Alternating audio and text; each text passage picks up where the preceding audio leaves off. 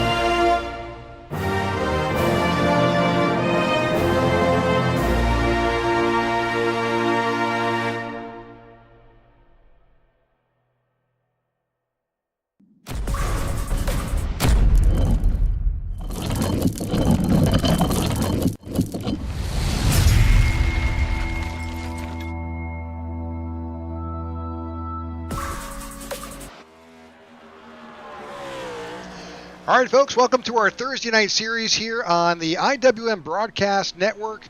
Tonight we've got a special event. We are bringing you probably a little bit sooner than you've expected to see an event here at Coronado. We have got the Andrel 125 Race the Base here with the iNRS Racing Series. A quick sneak peek as to what's happening on Sunday specifically, but definitely over this weekend.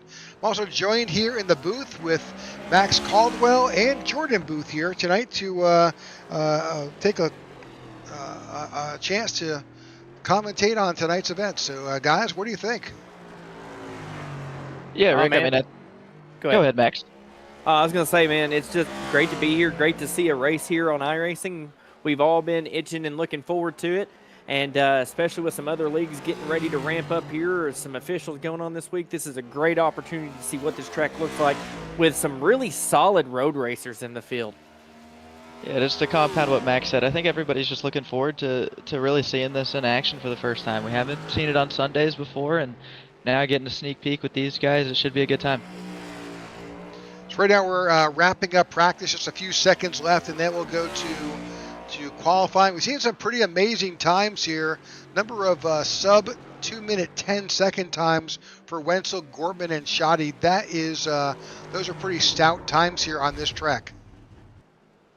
Absolutely, yeah, that is super quick. You know, when iRacing first brought this out on the build, you've seen guys maybe top times were 2:11s. As guys have had more practice, they've learned the lines, they perfected their craft around here, getting down into those 2:09s. That's pretty much booking it. Anything faster than that, you're probably trying to exploit the track a little bit and cut those barrels. And you know, speaking of that, we may see some of that tonight. How does iRacing deem those penalties when you cut the barrels, and what are drivers going to try to get away with or not get away with? That'll be something to see tonight.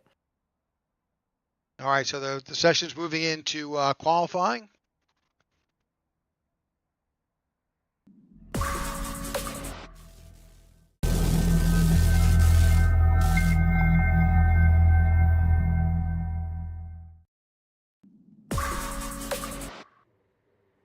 All right, number of drivers are hitting the track. We're going to grab Lucas Gortman, and we'll focus on Lucas right now as he gets his qualifying lap underway.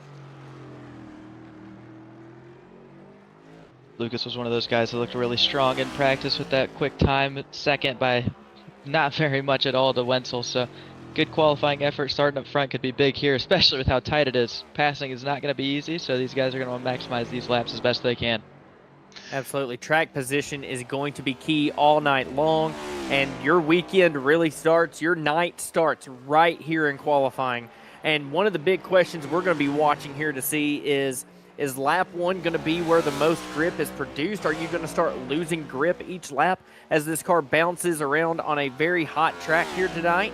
Or is the second lap going to be when those tires are really worked in and got the most grip? It'll be interesting to watch in this 10-minute session. We have seen a number of drivers also really getting involved, doing some patriotic schemes. So that's always fun to watch. You see Lucas Cortman sponsoring, running a different paint than he normally does. Yeah, that thing certainly looks good ripping around the naval base out here in San Diego. But this track, it's going to put up these guys to the test. We can see just riding on board here, really bumpy in a lot of different spots. So those bumps are going to be havoc all night for these guys to deal with. Absolutely. Not only that, but when we think about qualifying here and really doing everything you can to produce the best lap possible, we've got to focus on one other area. No mistakes. You barely touch a wall and get that 0x, and that whole lap is invalidated. You could have 14 great corners, and then that 15th corner barely brush the wall, and your whole lap's thrown away. So these guys are going to have to be on it as they're setting times out here tonight.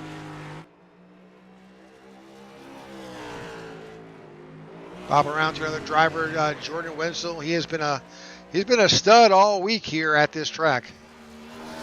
Yeah, he's swept both the truck and Xfinity races the last 2 nights, so he's trying to break out that broom tonight and go for 3 for 3. And why wouldn't he? I mean, he's one of the top road racers here in the league. Always does really well here at the road course races. So as he gets ready to start that first lap, we'll kind of watch his line and see just how close he gets to that barrier. I mean, using every bit of the track to get every ounce of speed out of it he possibly can. Yeah, long sweeping entries here for the 81. In a lot of ways, this track is similar to Chicago of last year, but as well, so much different. You got the high-speed sections, kind of like this one that reminds you a lot of what the Chicago street course did for NASCAR over the last couple of years. But this course just, I don't know about you, Max, but it feels so much tighter than Chicago. Definitely feels tighter, but in my honest opinion, I feel like there's more of a rhythm around here than Chicago. Chicago was a lot of long straightaways with tight 90-degree corners, whereas this layout has more sweepers, more carousels, more chicanes. It's got a little bit of a different style and flow to it, mixing up high speed and low speed. You're going to see guys ripping fourth gear on some straightaways, but you're also going to see a lot of first gear corners where Chicago was really boxy in the way it was laid out. But just watching the discipline of these guys having to figure out what part of the track they're on, how fast or slow they're going, and how hard or how soft to attack these corners is going to be very intriguing. And again, those tire barriers, man, they're going to be the story of the night, I think.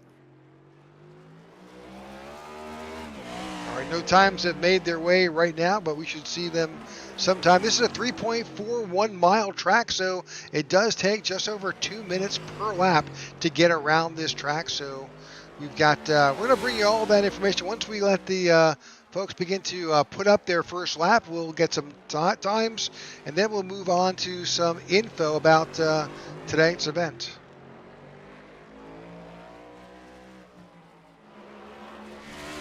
Kind of go off what Max said earlier, with a lot of these sweeping corners, that's going to definitely benefit the guys who know how to get the car to turn a lot better. Being good under brakes is going to be one thing for these guys, but unlike Chicago, not a ton of those hard braking zones, as Max pointed out. So making sure that this car's doing what you want it to do and turning on a dime, and making sure it's able to get through the sweeping corners is going to be very, very vital for these guys. Absolutely. And I mean, one of the keys to tonight is going to be precision, precision, precision. Every move, every wheel input, every throttle input is going to be absolutely massive. The brakes seem to be okay here, but really how hard you get on the throttle and how much you play with it through some of these sweeping corners is going to be the difference in you making speed or making your way into the fence, tearing that right front toe link up and possibly ruining your whole night. So you're already seeing from right now first to eighth as the times begin to come in. There is like a 5. Well, that's even greater than that. That's like a 15-second delta right now as these times are beginning to come in here. Again, and this is one of those tracks where, you know, a lot of drivers, you'll see this on Saturday and Sunday with the professionals. Some guys are road course racers and they just absolutely love that. Others not so much. You know, we've got that same blend here with the iNRS guys as well. As we've seen, some lap time is going to be important for some of those guys who are in the 2:12, 2:10 second range to try and find a couple of tenths. Every spot here at the start is going to be important. With how many drivers we got coming up tonight, it's not the biggest field you'll ever see, but certainly don't want to put yourself back there in 7th, 8th, 9th, and right in the middle of everybody going into 1. Yeah, absolutely. Just about 20 drivers tonight braved this course, and you know, in this league there are some opportunities to drop a race or two. This may have been one that someone said, you know, I'm done. I'm not gonna. I'll pass on this. But kudos to those guys who are out there and really ripping around. Absolutely. One thing I have noticed here as we're watching, I'm trying to see right here at the line. And yeah, the lap time was not faster for Wenzel on lap 2. And I noticed his first lap looked really smooth, really solid, really in control. And as we watched lap 2 for him, that back end was really dancing. It was starting to get squirrely. And, you know, the time sheet shows it was not as fast. So definitely something we're going to watch. Seems like the early laps are where you're producing the most grip as the laps go on. And a lot of these guys have maybe only ran 3 and 4 laps of a run as a practice. They've not really put in 10 or 15 laps in a row. So a lot of these guys may not know what the tires are going to do as they wear around this place. And we may see guys really slip and slide and start getting into some big mistakes throughout the race. Yeah, we're watching a number of drivers just looking at the telemetry here. A number of drivers are saying, okay, I'm okay. I'm not gonna jam it up pretty hard. I'm just gonna kind of work my way around and learn the track and take that opportunity just to get around. They're not hoping for big numbers. You're just hoping to survive. Yeah, and as Max pointed out there, the slipping and sliding from Wenzel on lap 2 going to be important to see throughout the race if tire wear becomes a factor. With times being, you know, pretty close in the mid-pack, a lot of spots can be made on the long run if you can manage your tires way better than the guys in front of you. So right now, obviously pushing all that they can, trying to get everything they can get, but at the same time, important to know what your car is going to do as we get later into the race. Absolutely. All right, so we'll let qualifying complete. There's just a minute or so left to qualifying. Let's take a look at tonight's event, and let's take it from here, what we've got. Well, what we don't have for you tonight is a track map, unfortunately. This track is so new, we don't have track map information, so that is not showing up. And why is that not giving us any data? Let's see what's going on. So, you know, with everything, we're just as we're a victim like everybody else to the weather outside. And here in the Carolinas, we are getting pummeled by a massive storm. So our internet is a little bit glitchy tonight. So bear with us. I think it's just the Navy base, Rick. I think they're doing a good job of blocking the comms in and out of there, which unfortunately is affecting us as well. It could be. It might be. Not wanting too much data sent there, are they? Yep, we're struggling a bit here with our graphics while we're waiting for.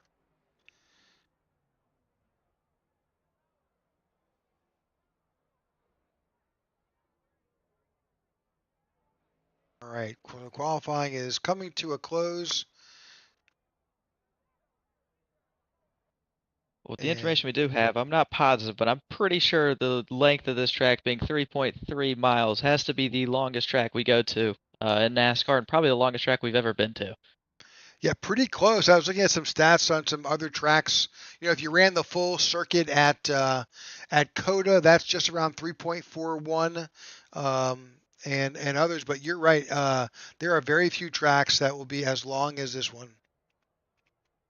But honestly, when you're lapping around here and when you're driving this track, in my honest opinion, I think if you compare like a Coda to the naval base, there's just not that much going on. So like the naval base has so much going on with it that you just really don't feel all of that. You don't feel how long that course really is. Like you're so busy, it kind of feels like it's going by quick.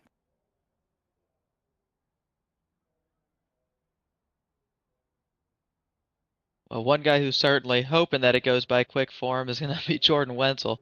Fastest in practice, fastest in qualifying. He's going to be looking to do what he can do here. Is what it looks like. We got the stats. There we go.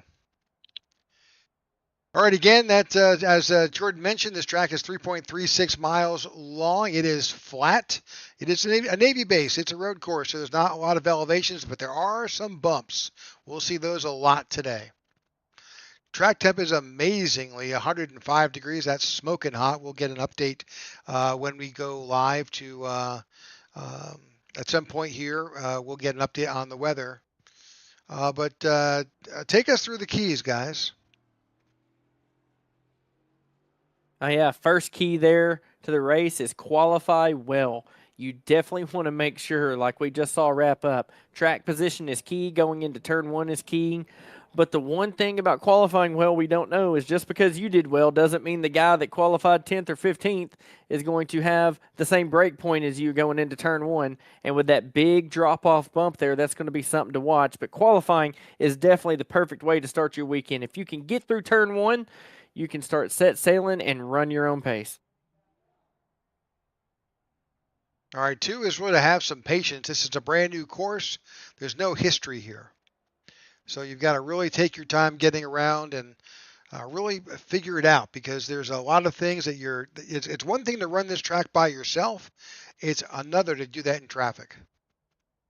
Absolutely, Rick. And then as Max has pointed out, and it's going to be a big talking point all night, are the bumps. Got to survive them. And another thing to note with the stage break coming up the end of lap 13 and the fuel window being lap 14 to 16, could see some guys try and maybe play a little bit of strategy and flip the stage if they're close enough to the leader.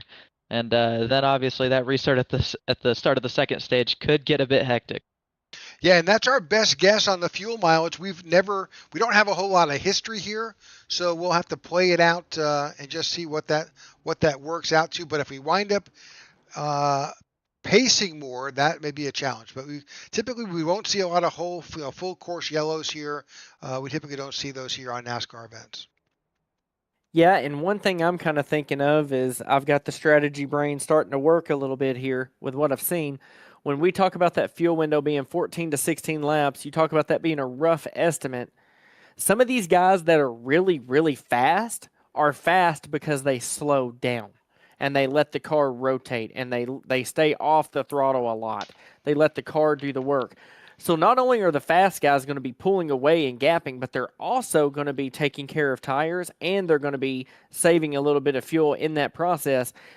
Will we see guys at the stage break stay out and run that 1 or 2 laps extra and then come in pit to set themselves up to go to the end possibly? That may be something else that we look at. You might not want to pit under yellow when you know everybody's probably going to have at least one more stop after that stage break.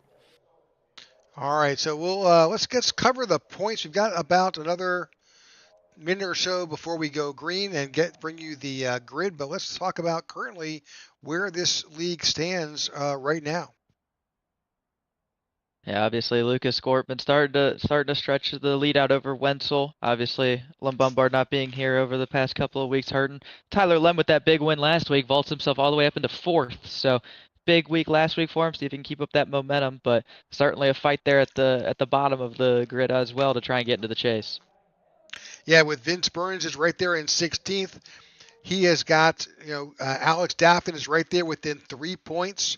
2 points of him, and Daryl Young not far outside of that cut line. So that's going to be an important little bit. Just going up, Kai Collmore is right there too. You got Jeff Ramsdell. All those guys right there from 10th on back really aren't separated by that many points. So all things to keep an eye on over the next couple weeks. And with the unknowns of this race today, Rick, if something happens to one of these guys that's around that cut line and someone below it has a good night due to attrition, man, that could really flip some of these point standings a little bit in some of these key race cutoffs. Absolutely. And just to cover our quickly, I know we're about to go to grid up here, but right from here we leave our San Diego race this week, and they head to Sonoma next, and then to Chicago. So there's a lot going on. They've got a couple weeks of road racing here before we go back to a nice oval. Certainly, Absolutely. Wenzel's probably looking at this as an opportunity to try and get back into that hunt for the championship lead. So a lot of implications at play here over the next couple of weeks. Absolutely. All right, guys, our grid, the cars are gridding up here. Let's go ahead and bring up our starting grid for tonight's event.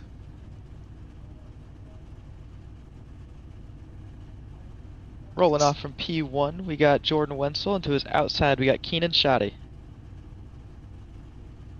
In row 2, we got Lucas Gortman and Corey Ennis. Rounding out the top 5, we're going to have Alec Daffin, and to his outside we'll have Steve Tucker rolling off 6th. In 7th, we got Jake Musso, and to his outside, last week's winner, Tyler Lem.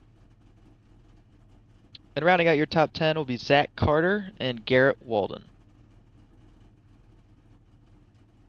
Go ahead, Max. In P11, you have Joe Musso and Jeff Ramsdell. Row 7 sees Scott Thomas and Vince Burns in 14th. P15 goes to Daryl Young Jr. and P16 for Grady Gherkin. P17 is Joe Torres with Austin Walton in P18. And then rounding out the field in P19 is Tony Japs. A 19-car field and 19 cars that are going to be barreling down into turn 1 soon, Rick. Absolutely. Well, our graphics are struggling a little bit, but we'll make the best of it here. Again, we're under a bit of a heck of a storm, and things aren't flowing as well as they would like, but we'll figure it out. It's all good. A lot of dust getting kicked up by these cars. Pretty important for these guys to take note of that. Make sure you try and clean it off as best you can here. Make sure those tires are clean coming to this restart. The dust on the track is going to create a little less grip than probably what these guys were used to in qualifying, so could also make that turn 1 a little bit more hectic, Max. Absolutely. It's going to be interesting for sure. Drivers may even want to start bobbing and weaving a little bit under these pace laps, get some heat in those tires, and try to clean the track off a little bit, right? But, Jordan, I'm kind of wanting to pick your brain here a little bit. What are you really looking at as we take the green flag here and these guys go barreling down into turn 1? What are some things you're looking for right off the bat? Yeah, so obviously with this first restart being on the flag man, not going to expect a big jump out of Wenzel, but I think if he can make sure that he has at least a nose or half a car length out in front of the 45, he should be in pretty good shape. But looking back through the field, I mean, I'd be surprised if anybody decides to take it 3 wide, but you never know, and just how much space do these guys cut each other? Obviously going to be bunched up on the restart, and like you've mentioned, not knowing the brake zones of everybody else, gonna create a little bit of a stack up, and just got to hope everybody survives it. Absolutely, and one thing I'm looking at too is I have yet to watch or be a part of a start or restart here. Are we going to see some tire spin with these cars?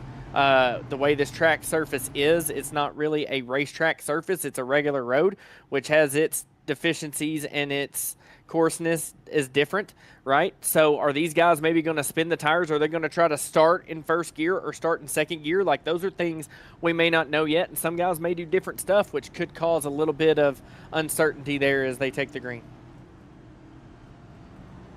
Certainly, Rick, it seems like these guys got their work cut out for them. Yeah, looking from the inside of our dash cam for Jordan Wenzel, you can see just how narrow this race course is. I'll be interested to see where some of these guys try to stick it too wide. The places where we would say, no, let's not do that, I have a funny feeling we're going to see these guys very early on, knowing how crucial track position is, shove it where it normally wouldn't be, and we're going to have to see how these guys survive on that first lap. Sorry, Jordan. Oh, no, that's kind of the same exact thing I was going to say as we were looking down that shot of that narrow kind of short chute going off into the corner. Certainly going to be a different sort of optic for some of these guys, but like you were saying, I can't agree more. Let's see if we can keep our noses where they belong, and if not, hopefully we can make it through. Absolutely. And then what about this too? What about the guys that as we see them pacing here, we're getting ready to go to one of those big tire packs, right? And a very, very sharp left-hander here. If one guy misses it by just a little bit and goes to check up really hard, is he going to not only stack the field up behind him, but how many people are going to miss here and try to rejoin, and could that cause some calamity right there? I think the turns we just got out of are going to be calamity corner for sure. Well, it certainly is an interesting look that these guys haven't really seen before, not with the competitors at this point. So getting ready to get going. I wish I had a track map to give you an idea, give our viewers a chance to know just how close we're getting to each corner and narrate. We've got a big map that we may bring out at some point, but it does cover the entire track. So we'll take a peek at that in a little bit.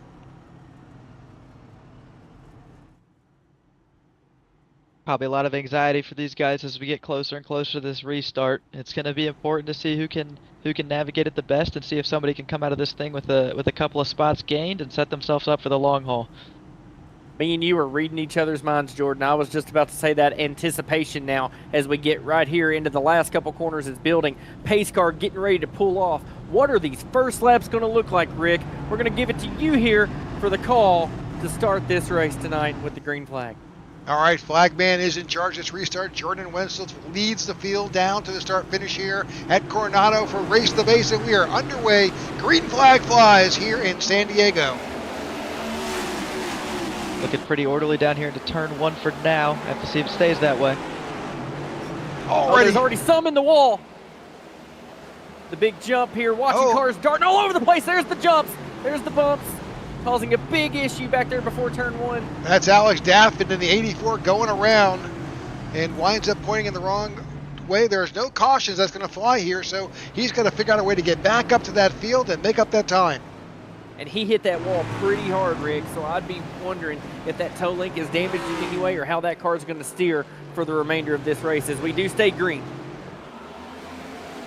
So we saw a lot of cars into the wall. Also have to make sure that those toe links are okay, but it looked like Wenzel missed turn 1 just ever so slightly. It looks like it killed his run enough to let Lucas Gortman by, and we know Gortman has a little bit of pace, so we'll have to see if he can hold off Wenzel. Big braking zone right here. It's so easy to overshoot this as you're slamming gears trying to get into turn 1. How do they make this corner? Pretty solid right there, but there's one behind it, overshot. Gordon's got a trunk full of Wenzel right now. What a race for the lead. What a battle here between two veterans of the league, hugging that wall as they get ready to set themselves up for the next corner. And a pass, possibly a look, but nothing just yet. Peeking that nose, passing is going to be so incredibly hard here tonight. You have to find your passing zones wherever they come. Wenzel took an opportunistic look into that corner. Not an oftenly used passing zone, at least from what we've seen so far. But now he's going to have to regather, trying to go back up there and get him. But looks like the field is single filed out for the most part here. Everybody's starting to find their rhythm. These guys making me look like a liar with that tire pack.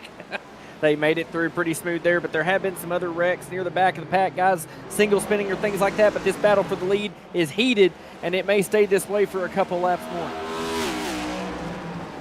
Yeah, these two Wenzel drivers has a little bit of pace on Gortman. Sorry, Rick, but we know Wenzel has a little bit of pace on Gortman, at least we've seen from practice and qualifying, but with Gortman having the clean air and Wenzel having to kind of dodge and weave that rear bumper of him, it's definitely not going to be an easy feat for Wenzel to get around him. Now, these two drivers are now gapping the field a little bit, almost 3 seconds, separates themselves with everybody else. Turn 1, such a big brake zone. Will the pass get made here? Will they drive in a little bit deep? No, knowing they got another restart to go here, they're going to be conservative, but he's going to stay right on the bumper. Wenzel probably just sizing up his competition, seeing where his weak points are. Corey Ennis, as he made that corner, slammed the wall. He caught a little bit of that safer barrier. Yeah, that's the second time we've seen Corey hit the wall. He hit it on the initial restart. Now he's hit it again. Oh, looks like we got a little bit of calamity. Yep, that's Jeff Ramsdell, and I think Garrett Walden also involved. Also 46 of Grady Gherkin. Already a lot of drivers looking at their cars. They've got some nose damage and some souvenirs from those safer barriers. I'd say that won't be the last time that we see a couple of scuffs on these pretty cars, but it looks like Wenzel's going to have a look here into this corner. Not quite able to pull it off. Gortman's going to stay in front for now. Keeps peeking that nose, and here's what I think he's doing. He's not looking to really make the pass right now as he gets tight on the brakes. He's looking to make Gortman be pressured into a mistake. He's trying to keep the pressure on him so that he overshoots one of these corners. Yeah, he's definitely sizing up Gortman, trying to find, Wenzel is the thinker. He's trying to figure it out. There's 38 laps to this race tonight. He's going to find his spot. Yeah, I've raced enough with Wenzel to kind of know how his mind operates, and I've not been in front of him at a road course for very long, but certainly he's very opportunistic and able to pounce on any sort of mistakes that you make. So Gortman, we know he can win, but he hasn't quite shown the road course speed that Wenzel has, so we'll have to see if he can maybe tame this beast, and maybe he has a little bit of long run pace that Wenzel doesn't have. And here's something else to look at too. The longer that Gortman is up front, he's got clean air on the nose, he's got cooling to the brakes and the tires, and as Wenzel rides lap after lap in his tire tracks, could that aerodynamics, we're going fast enough that aerodynamics make a major deal here. Could that be putting a little bit more wear and tear on this 81 machine, keeping him from taking care of the tires as he'd like, and possibly even putting him in some aero spots to get tight and hit that wall himself. So, I mean, definitely could be working these front tires more than he'd like to at this point of the race. We're on board So with impressive George to watch Wenzel. So impressive to watch these two guys. They've already built up an 8-second lead back to the car in third, just absolutely pulling away from the field in a class of their own, but certainly not dying down in the race for this top spot. Now, some great action here to be able to watch it. Just look how bumpy this straightaway is. And look how gentle they are kind of on the throttle here. Not really flooring it through that, being very, very careful on the tires. They're using every gear in that transmission. One thing I have noticed just in these little brief onboards and also the aerial shots that we've been getting of Wenzel, it seems like he's a lot more confident on the brakes, able to drive the car in deeper and still get it to turn. So hopefully he can get that to last for him, but definitely opening up some opportunities trying to get by the 6. Yes, you can see he knows where his strengths are, knows where Gortman's weaknesses are, but also watching the gearing choices here of Wenzel. And some gears, he's first gear like I had expected. Then there's been some corners where he's actually keeping them long. Some first gear corners I thought we'd see. And there's a mistake there. Can he capitalize and get the run out? But seeing that he's using second gear a lot more in some areas that I wouldn't have expected, and maybe that's able to build more speed in that car, allow him to just run a little bit smoother line, be a little easier on those tires. Definitely something to watch, the gearing choice differences between these top two. And Wenzel's lines look a little bit tighter, able to turn the car in a little later, keep it tighter, and the quick shifts of the weight for the car. So far doing a good job, but Gortman doing exactly what he has to do, keeping that car wide and getting a big enough gap in all the right spots to keep him behind. I'll say this, if I was Gortman right now, even if this 81's faster, if he makes a peak, I'll probably go to cover. I'm doing everything I can, even if I'm slower, to keep him behind me, because I'm afraid if he goes by, it's race over. Looking on back to the field, back to, this is Jake Musso back here. He's got Steve Tucker in the 0 right on his bumper. It's kind of race within the race here. This is for third. Absolutely. You can kind of see a difference in their lines there. Maybe the cars are a little bit more slidey than our leaders are, a little bit less control maybe, as we see, and just seeing how the pressure affects third and fourth differently. But it's amazing how those top two can be racing as hard as they are and pulling each lap. But also a nice battle here for third. A couple things to note for both these guys. One, that paint scheme on that 25 definitely looks the part of a fast race car, doing a good job in third right now. But Tucker was one of the guys that we saw overshoot one of the corners. We saw him in the back of the screen overshoot one of the corners and go off into the runoff area a little bit. So he's done a good job of getting that car righted and back going forward. And now looking like he's a little faster than the 25 of Musso right now, trying to get by him for third. But this is what we see all the time, right? At a road course that's so tight, these city street circuits, where do you make the pass? What corner really truly is a passing zone? We would love to say turn 1, but that big bump probably keeps a lot of people on edge because they're afraid if they send it a little bit more that they may jump that car sideways. And I mean, there's some of these slower corners you think you can get a run out of, but if you don't do it quick enough, you're stuck for a while. So it's finding where those passing zones are and where you can really take advantage of somebody. Looking on back to the field, we have to go all the way back, I think, to Joe Torres here in the 3 to find another pack of cars running together. This is the 3 of Torres. He's got Austin Walton and Tony Japs here. This is for 12th. And these are guys that have had a bit of hard luck this race. Already 40 seconds behind the leaders. But, I mean, these are guys that were spun around and had some different issues there on a couple of those opening laps. So they've got a lot of ground to make up. But, hey, the lucky thing for them is they do have a stage to reset them. One good thing definitely about that stage is the reset, but one thing these guys got to make sure they do is try and run decent enough lap times to not go a lap down. Already being 40 seconds back with still 9 laps to go in this stage definitely kills their chances of short-putting the stage. But if they do happen to go a lap down, they do have that kind of luxury of being able to then pit under green, not go another lap down, and wave around. So hope is not lost yet for these guys, but certainly going to take a big recovery from them to get back to where they want to be running. Yeah, a little further back in the field, Keenan Shoddy, who had put up some big times in practice. He was up there top 3 and qualified well. Is currently running way back in 17th. He was one of those guys that we saw smack the wall in the initial start. Probably had a little bit of damage, elected to come get it fixed. Now he's only about 20 seconds in front of the leaders. I think that he has plenty of pace to be able to stay on the lead lap, but something to watch for sure with that car. It looks like Tyler Lem was running in 5th and now it's fallen to 8th, so maybe a little mishap, maybe missed a corner or something, but he's got it going again. But kind of a big loser. Corey Ennis started 4th, and we saw him have contact with the wall on 2 different occasions, so probably a little beat up that car just a little bit, and he's going to have to try and slot himself in, ride it out, and get it fixed up at the stage. Yeah, at least he's got the, he can see the 84 of Daffin and Carter in front of him, so that gives him a little bit of a visual mark to chase. Absolutely. The racing around here tonight, outside of a few mistakes, I'm really impressed with how these guys are composing themselves, really trying to be meticulous, and how they run this line, how they not only are still figuring this track out, but figuring out what it feels like laps into a run now, as we're already on lap 5 of this event, and just seeing guys run different lines, shaping each other up. I've even had my screen still on the leaders a little bit, and almost had contact last lap between the Gortman and Wenzel cars. They're just getting all over each other. A little bit of a gap built now because Wenzel had to get way on the brakes, but it's amazing how this many laps in. And look what's ahead of them, lapped traffic. So what does one lap car do to this battle for the lead, Jordan?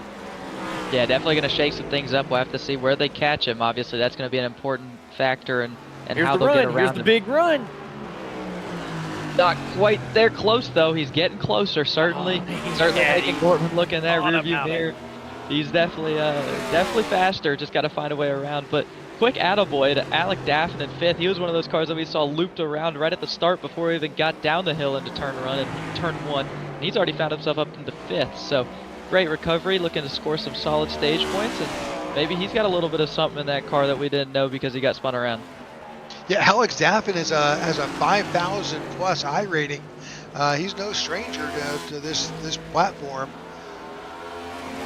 Wow, you see these cars go through the bumps right there, both of them going almost airborne for a minute.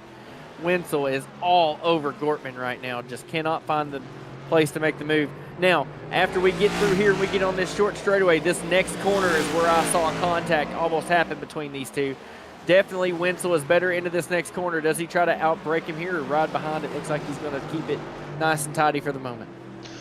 You know, and Garrett, one thing to note about Rick, is that he is teammates with Wenzel on that SFM2 team. So maybe a little bit of teamwork could be in play to help Wenzel get around him. I would highly doubt it this early in the race, but you never know. Teammates, they certainly do tend to work together quite well. Absolutely. And I mean, for this 43 right now, the last thing he wants to do is go a lap down. So I would imagine he would try to fight to stay on this lead lap if it's possible. I don't think so. I mean, just his last lap time was a 2-minute 17-second lap, whereas the leaders are turning 2:11s. So he's got a 6-second deficit. He's going to get run over. The key is how these leaders get around him. Yeah, because he definitely does not have to it is appreciated if you do, but when you're trying to stay on the lead lap, I mean, you're doing everything you can to stay there, but I don't see him putting too big of a fight up. But right here, slowing him up just a little bit. Could that be the difference here for Wenzel? As we cross the line, we're getting back to where he almost made a dive bomb move earlier. They both get around. What does this do to set up for this next corner? Yeah, they both got around pretty clean around Garrett Walden there. I think that was a lot of give there too, a lot of give and take. So. Yeah, absolutely. You know, obviously racing around Jordan Wenzel, he doesn't necessarily like to use the bumper on people, likes to pass people pretty cleanly, but at what point does he, I mean, he has 15 seconds back to third, so it's not like there's a sense of urgency there, but it'll come from the laps winding down and getting closer to the stage. I mean, we could see a little bit of a nudge of sorts of, hey, let's get going, and then normally by then the gloves are off and the second one means, all right, I'm coming through. Now, as great of a battle for a lead as this is, I want to give y'all a scenario. I want to give you something to think about as we watch this incredible battle on track. We get ready to go to the stage. I would assume these two guys want to stay out as long as possible to get the stage points knowing they have strong cars. But if other guys flip the stage and we have a restart, what does that look like? We know they have the speed to pass, but would attrition get the best of them if they had to start mid-pack? That is something we're going to have to watch to see how other drivers tackle this, to see if track position is really king when you put fast cars back a little bit. You know, what car I would maybe expect is, as Rick cues us right to him, looks like he read my mind. Oh, Scott Thomas hard into the barriers. Not right good there, for turn Scott one. at all. Looks like the bumps may have got to him. He gets it back rolling. Looks like he's got a meatball. A lot of damage on that 79 car. Oh, the motor's Probably cooked stay too. Yep, he's in trouble. That motor's going to expire, I think, on the 79. He's just trying to limp it on back to the pits. That's a long way to limp, Rick. Yeah, We're it back sure down. is. Yeah, we see him with the slowdown here, so it looks like he may have cheated the course up just a little bit, but we saw him get spun around. But his lap times, I mean, he has some laps where he's just as fast as the leaders, and then some laps where he's a little slower. So could be a guy that we look at, you know, fifth, and he needs the stage points. We know that, but at the end of the day, do we think 6 stage points is going to change a season, or do we think maybe giving him the lead at a track like this could also, you know, end up being a net positive? So he could be one to keep our eye on as we get closer to the end of the stage. Maybe he flips it. Absolutely, because you don't have to be the fastest guy here tonight to win. As much as that does happen on road courses, track position still means something. And if you've got a car that can run within a certain delta of those leaders and within a certain amount of their lap time, you can hold them off. So that is definitely something to watch as we continue on tonight.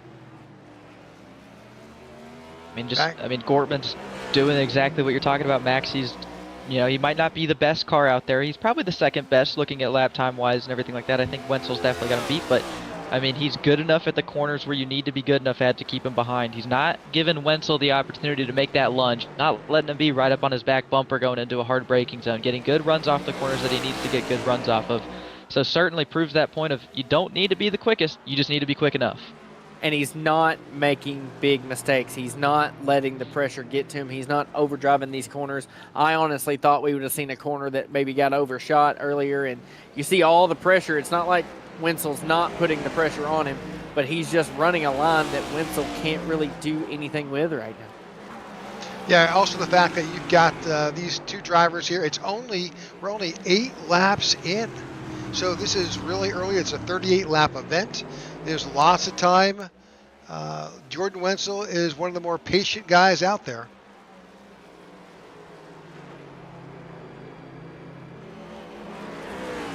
Right now, I think Garrett Walden has been in an incident. He has got some damage on that 43. See the smoke pouring off that car. Looks eerily similar to the damage that we saw on Scott Thomas's car, so unfortunate for them.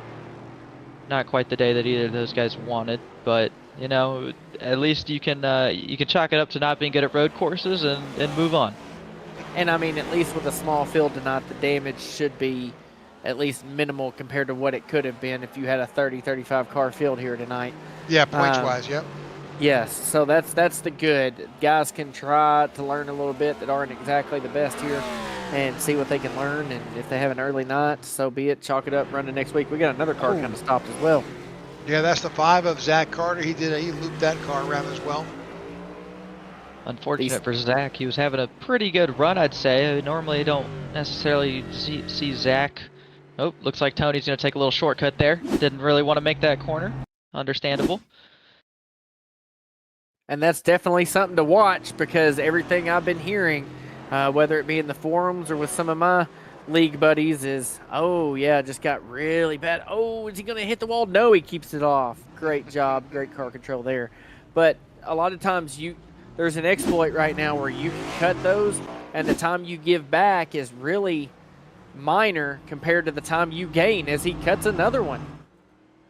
Looks like that car might have a little bit of damage on it. Probably not turning exactly how he wants to. I'd say out of all people, I don't think Tony's necessarily gaining the most time by doing that corner cut, but doing what he's got to do, keeping that car in mostly one piece. So not a bad run going for Tony. But a car that I've been kind of looking at is the 45 of Kinashati.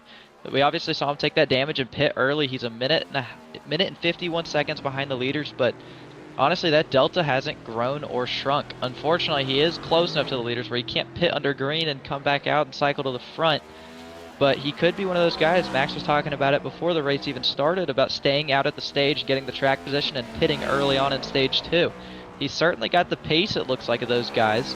Will be on a tire deficit pretty much the whole race, but it looks like he's got decent enough pace in that car still to make something happen. Yeah, he's only a few tenths off overall, off the leaders' pace. Leaders, Gortman's last lap was a 2:11.61. Shotty's was a 2:12.08, so he is just slightly behind the leaders.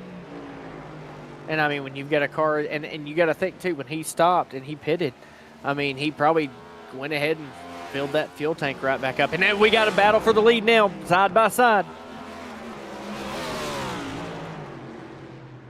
Gortman's trying to throw it in there, trying to pinch him off on the exit here.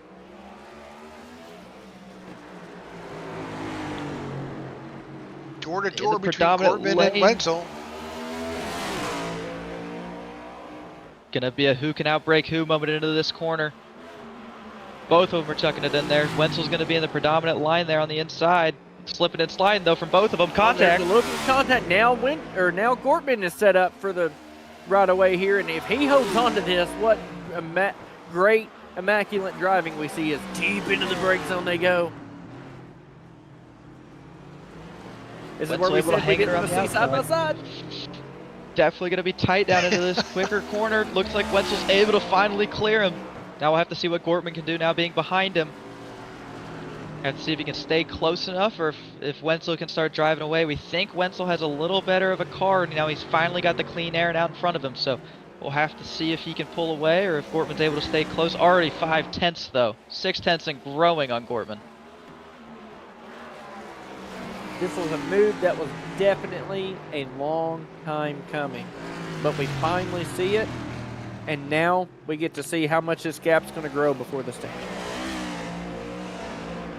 Now this might open up Gortman's playbook now that he's lost the lead. Obviously he knows if he has the lead he can keep him behind. Now do we see maybe Gortman try and flip the stage and come out back in front of him? Definitely opens up the playbook for Lucas, but it looks like he's probably going to have to pit this time by. Looks like Wenzel's doing a good job of stretching it. Going to be close to see if he can make it one more lap before pitting, or if he elects to take those stage points. Man, I think if I'm Gortman, I want to flip the stage at this point. Yeah, you've really got nothing to lose. I mean, these guys are really looking towards, they're at the top of the leaderboard. Let's bring up our championship top 5, see where we're currently sitting here. So Gortman and Wenzel, they're 1 and 2. Gortman's out front in points. Wenzel's right there in P2. Now in today's race, they're reversed. Right now Gortman's in P2 and Wenzel's in P1. So they've got they're just doing what comes naturally between these two drivers. Right now that's Lombard there sitting in 3 in the 58. He's not again with us tonight. So looking at Tyro Lem, he's back there in P7, and Shadi back there in P14. So your top 5 drivers here, it's all Gortman, it's all Wenzel.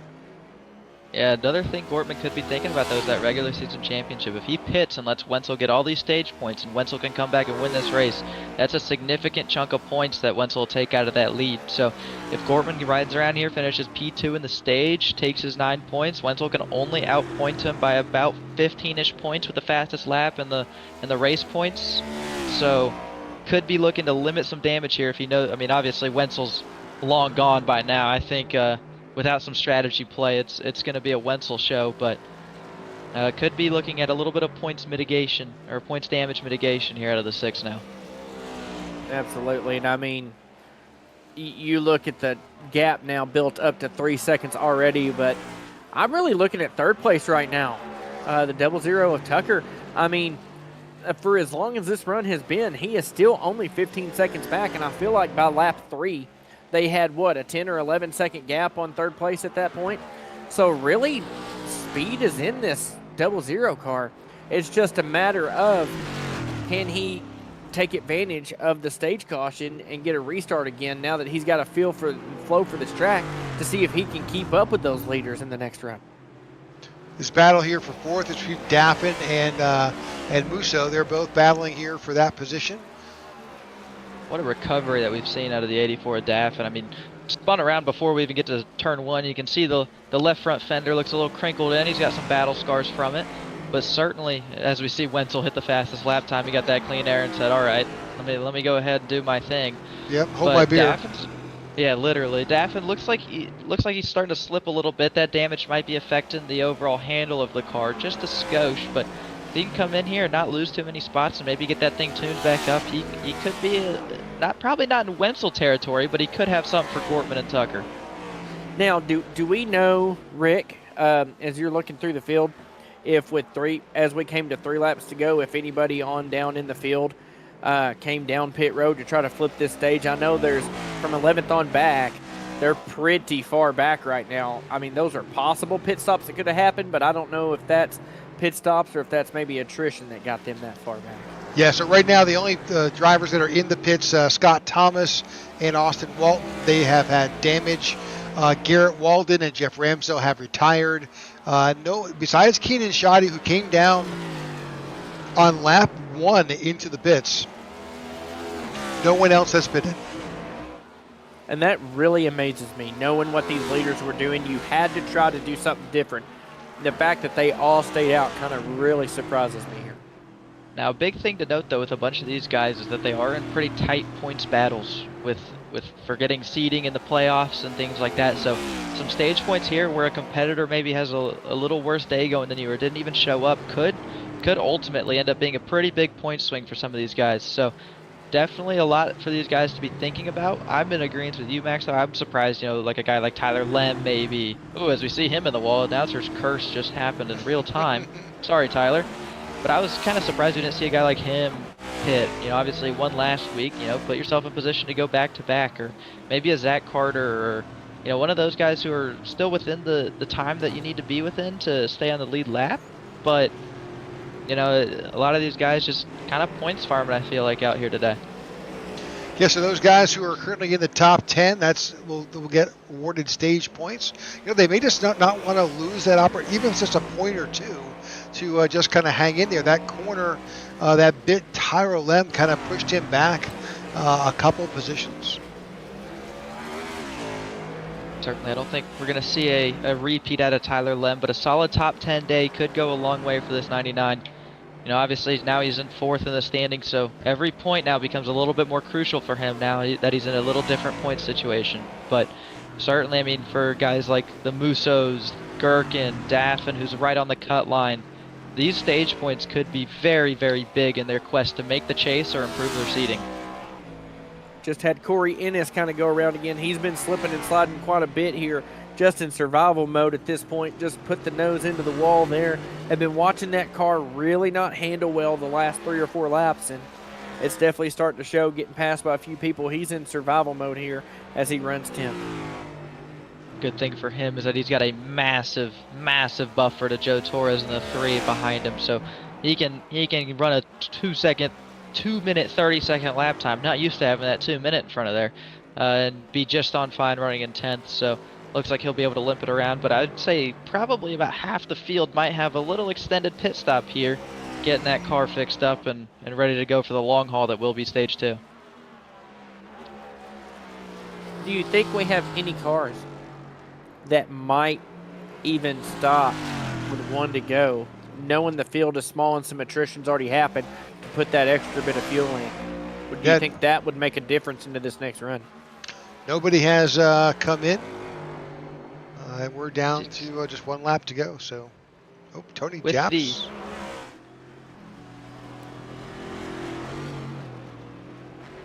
Looks like Tony's having a grand old time right now. Probably very happy inside of that race car. But, you know, I don't think fuel probably is as big of a concern as a lot of these people think. I mean, if you're pitting here at the stage, you'll pit on around lap 14, giving you 23 to go. You can go, we said, about 16-ish laps, we think, as the stage caution flies, and Wenzel will pick up that stage victory over Lucas Gortman. But I don't think fuel's going to be a big issue here, but I do definitely think, I mean, we see it now with Corey Ennis and some of these guys. Tire wear definitely seems to be affecting some of the guys that are, you know, 5th on back. You're taking a look at our best telemetry from Jordan Wenzel's car. We think he's probably got about an 1/8 or so of a tank left in there. I mean, yeah, you could go right around that 16-lap window, so probably a bit too far to try and stretch it out, even if you pit coming to 1 to green, but certainly going to be an interesting restart here, knowing how good Gortman did being able to stay in front of him. We'll have to see if Wenzel can pull off the pit stop and maybe do a little better job on this next restart of keeping the lead. And now we go back, I'm sorry to jump in, but now we go back to green flag racing sometime around lap 15, and they've got about 15 or so laps, 14 laps of fuel. Then they're going to have to come in one more time, obviously under green, before they can call this race a race. Absolutely. That strategy is going to get very interesting. And are some guys going to notice what tires did there? Some guys really struggled as the run went on. And then you had someone like Jordan Wenzel that, set the fastest lap of the race after lap 10 of that run. So definitely things to look at there. Some guys slowed down where some guys sped up. So tires, again, like I said, the guys up front, even though they were faster, they were also taking care of their stuff more than being back there in the pack and some of that dirty air. So that could affect in this next run. Do guys want to come in and pit early? Do guys want to pit late? Do we see somebody after the stage 2 starts? Do we see maybe the pit stop is we take no tires and fuel only to shorten that stop up to try to gain some time on track? I mean, does that become valuable for some guys? It'll be very, very interesting to see how that strategy shakes out as we go into stage 2. Interesting fact right now that we're watching Joe Torres. He's back in 11th, and he is still flat out trying to catch up to the leaders. Yeah, Torres, Young, Shoddy, Japs, they got some work to do to catch up. Looks like Young's holding up Shoddy a little here. Hopefully they can catch up in time. But one guy I'm interested in is that 45 of Keenan Shoddy. We know he has a fast car. We saw it. He just had a little bit of an incident there on the opening restart. His strategy to me is going to be very interesting. He knows he's faster than probably everybody up until Daffin and Tucker. Lap time wise, maybe Musso's a little quicker right now, but if I'm him, you just have to be you just got to not know what you're going to do. I mean, one part of you is probably telling you stay out and pit really early in stage 2. Another might be saying come get tires and pit for fuel only in stage 2. He's got his work cut out for him. I mean, Jordan, his best time was a 2:12.08. That puts him third best. Yeah, I mean, we know he has speed. He's really good at these road courses. He's really good almost everywhere that we go. So he's bled a lot of points here recently, so he's got to do what he can do to try and manufacture a finish after the rough start he had. And, I mean, we got to think pitting early could not work if he stayed out, but we got to remember with his early misfortunes, he did come to pit road and dumped a little more fuel in it. So theoretically, we would think he's got a little bit more fuel than the leaders do in most of this pack. So could he pull a crazy strategy like staying out, get the track position, and then just pit? Like you can see he's got a bit more than the leaders did. Not a whole lot more, but could that be enough to go just the couple of laps he needs to get in his window? So realistically, we think he needs to probably get around lap 22 2 at best. So he'd have to go another 9 laps to make it a one-stop race from there. That's going to be know, but hard he's to got do, quite I enough fuel for that. think. That's going to be definitely hard, but could pull some strategy here. Maybe it's just a fuel-only stop for him. You know, get some track position. We know he's fast. He knows he's fast. Definitely going to be interesting to key in on that 45 here, but more importantly, going to be interesting to see what this 81 and 6 do on this stop. I mean, obviously the 6 was able to hold him off almost throughout the whole stage 1, not quite able to, but definitely the race off pit road is going to be vitally important here.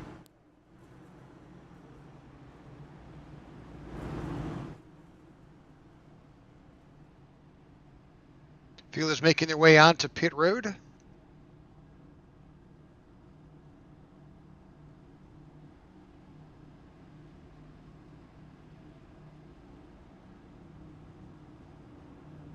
Feels like they're creeping after all that racing that we watched. Oh my gosh, yep, absolutely. And you'll notice that the fueling is on the opposite side of the car, same as we saw at Glen. It's going to be all about watching this pit exit here between these two leaders. Their boxes are pretty close to the same. It's going to be who launches out of the box the best. Oh, a number of strategies played for a number of drivers. It's like the top 4 have remained unchanged from what we were able to see there in that short glimpse, but Wenzel able to hold the lead again. Now this time he knows what he did wrong in that first restart. We'll have to see if he's able to correct it. Just as of note, pretty much 9th. First, the entire second half of the field is still in the pits getting repairs made. I would imagine so. Something to watch here, gentlemen, as we get ready to line up for this restart here soon, is I'm very interested to see these guys ran on cold tires. We saw the issues there at the start. They got their tires warmed up, got some heat in them, got some grip built in them, started learning the line a little bit, started pushing those brake zones a little further. Now we're on a different set of tires. There's possibly marbles now out here on the track that they could be picking up on these new tires. And we're going to go side by side and do a double file restart again, going off into turn 1. Could guys have been so used to the warmth of those other tires that now they're going to underestimate the grip, or they're going to overestimate the grip that they think they're going to have? And in all reality, those cold, low air pressures may not allow them to have the grip they want going into 1. And could we see guys way too hard on the brakes there and kind of have calamity corner all over again? Not to be that bearer of bad news, but sometimes this is a reality check when you get that next set on. Definitely. Now another thing that we have to remember is there's a lot more rubber put down on the track, a lot less dust than we saw in the initial start. So maybe those two factors even out and we have kind of the same deal that we had at the beginning, grip-wise, or maybe we have a little more. Definitely things to keep an eye on, but some things I'm interested in to see here in the second stage. We know the pit window opens in about 7 laps from whenever we go green, maybe 6. So definitely going to be interesting to see when these guys like to pit and if tires are a thing. We obviously know Wenzel set his fastest lap time as soon as he got that clean air going, and tires didn't really seem to matter to him. But do some of these guys further on back think that they're important and pit for tires? Does somebody take just fuel and try and cycle themselves out far enough up front to hang on? Definitely a lot of thinking left to do for these drivers. They all know what tire wear was looking like for them. They all have those percentages that were gave to them at that pit stop. So they have the information now. It's just what do you do with that information? That's going to be very, very important to these guys. Yep, this is lap 15 of our scheduled 38, so we're coming up to the halfway point here. But you're right, Jordan. There's that decision to be made. Do you take this middle part of the event and short pit and really go for the long run on that last stop or not? I'm thinking if you're the leader, you're just going to run it out. You know, you're going to build up. We've seen these two guys already, Wenzel and Corbin, stretch out a significant delta between themselves and third place. Yeah, most certainly. A thing to note, just for a couple of guys, the 84 of Alec Daffin elected not to fix up that little bit of damage on the left front, so he's still out there trucking with that, but now he's going to be within arm's reach. See a little bit of a crinkle there, maybe. Minor damage if so, but it definitely seemed to be affecting him as we got a little later in the run. So something to keep note of there with the 84. And then secondly, the 45 of Keenan Shoddy. He's found a little bit of track position back there, was able to keep the car clean after that pit stop for the rest of the stage. So a little closer to the leaders now. His strategy, he's obviously on the 4 tires. He took tires and fuel there. So even with the leaders in that regard, but a lot of cars between him and them, I'd look at him as a guy who could pit very, very early and try and get out of the mess. Do we see anybody here with still another pace lap to go, maybe toward the back half of the field, maybe elect to get a little extra fuel in, top this thing off a little bit, just to see if they can stretch it a little bit further? It looks like nobody takes that bait, but that's always my thought. If I'm in the back already, and I'm not really going to lose any positions, like Keenan Shoddy, right? He is P13, 14 cars are on the lead lap. Oh, no, Everybody actually, else is down there more. Shoddy's actually in 9th. He's about, So the scoring didn't update yet. yeah, That's, okay. so he's up to 9th right now. The car at the end is right out the 71 of Daryl Young. He is currently in the back right now, and But if you're back there and you have nothing to lose, what is a little bit of extra fuel going to hurt at that point? You're not really losing your track position per se. You're maybe staying out of a big mess that could be in turn 1. And not only would you possibly gain positions from guys having more attrition, but then you can stretch your tank that little bit further, take that little bit less fuel on that pit stop, and gain time there as well. Like, in my opinion, that's your time gainer there. But really surprised we had 0 takers for the top off. Well, I think a lot of these guys just kind of figuring it out. We're just kind of thinking it through, but you're right. I mean, those are certainly options that could have been leveraged. I think the only person right now out there playing chess is Wenzel and Gortman. Absolutely, and something else to look at here, Rick. If I'm Gortman, I was able to get the lead at the start there. Am I able to do it again? We know how quick Wenzel is. We know that Wenzel qualified first, but Wenzel didn't come out with the lead there at the beginning, if we recall. So can Gortman, starting 1 position better, get back in front of him again? And this time, if he gets up there, does he maybe take care of his stuff a little more in the beginning to have a little bit more of a longer pace run? Yeah, this restart is going to be definitely a key factor for Gortman at this point, as they're right now side by side. And we know Gortman was able to hang side by side with Wenzel in those first few corners of the track when he was getting past, right? He was able to hang there for a while, even with a car that wasn't handling good. So what can he do with a car on fresh tires? Does he maybe have a little more of a short run car than Wenzel does? We're going to have to find that out. But, man, you've got some other players in Steve Tucker and Alec Daffin that have made their way up here that we talked about. Did not maybe have the starts of the race they wanted, but showed glimpses of speed there in that long run. Now all that 15, 18 seconds that they had deficit to is completely erased. It's a reset button for them. Do they think if they can just get in front of these two with maybe a bonsai move that they make, can they get that clean air and take advantage of that to maybe change the game here and stay up front? Can they put Wenzel maybe in a bad position with some pressure? Well, I guess we'll have to find out. This restart could get very, very interesting. Don't lose sight of the fact either that there's some fast cars now that are a little further back due to having longer pit stops, fixing up some damage. So look to see some guys making some aggressive moves further on back too, just to increase the calamity that we're already going to have. Well, and don't lose sight of the fact that Jordan Wenzel, since this restart is on him, he's got that advantage over Gortman here and getting that car out in front. Yeah, we got to be careful with that advantage, though. That could easily turn into a disadvantage if we send it too deep into turn 1. So I'm not saying that Wenzel's going to make a mistake, but this is still a new road course, and it's a very finicky, very touchy road course. Very, very, very tight, and you've got to hit your marks just perfectly. And these road course ringers, do you know what they're not used to yet on iRacing? Restarts with the pack. They're used to the main start where everybody's behaving. Now we've got 16 laps under our belt. We're probably going to be a bit more aggressive. We're probably going to push that envelope a little more. We feel more confident about the car we've got underneath us now. So this start could look a lot different, but that also could mean more players up front and some very dicey racing. We're about to go back to green here, just a corner or two left. Well, just to kind of go off what Max said, we don't know if Wenzel will make a mistake. He's very good and doesn't make many, but on that initial restart, we saw him overshoot turn 1 just a bit.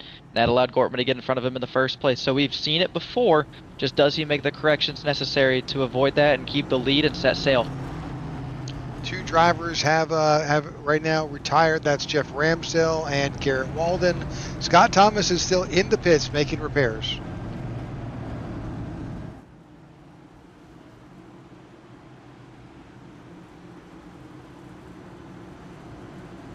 All right, pace car is off. About to go back to green flag racing here at Coronado. Oh, already a spin. Cortman spins. Wenzel spins. Big wreck. That is exactly what we did not want to see happen at all. Wenzel now going to have damage and all the way at the back. And what's one thing we talked about before we even started tonight? What is tire spin going to look like in that restart zone? And the leader's off into the wall. Alec Daffin had the... Oh, Tucker's in there too. 2 cars that we knew had some decent speed, especially now with the 6 and the 81 having their issues. This has opened the door now for Tyler Lem, our last week's winner. He's out front now for the first time today. And here comes the 6 of Lucas Gortman. He is doing everything he can to try to make some time back up. This is as much as he kind of caused that issue with the 84 at the, or 81 of Jordan Wenzel. At the same time, it's a blessing for him because he knows he's faster than these guys in front, and I don't think he sustained that much damage earlier. Let's try to go back and take a quick peek at what happened to Wenzel. We're searching for it in the graphics right now. I'd be curious to know if that was a first gear restart or not, Rick.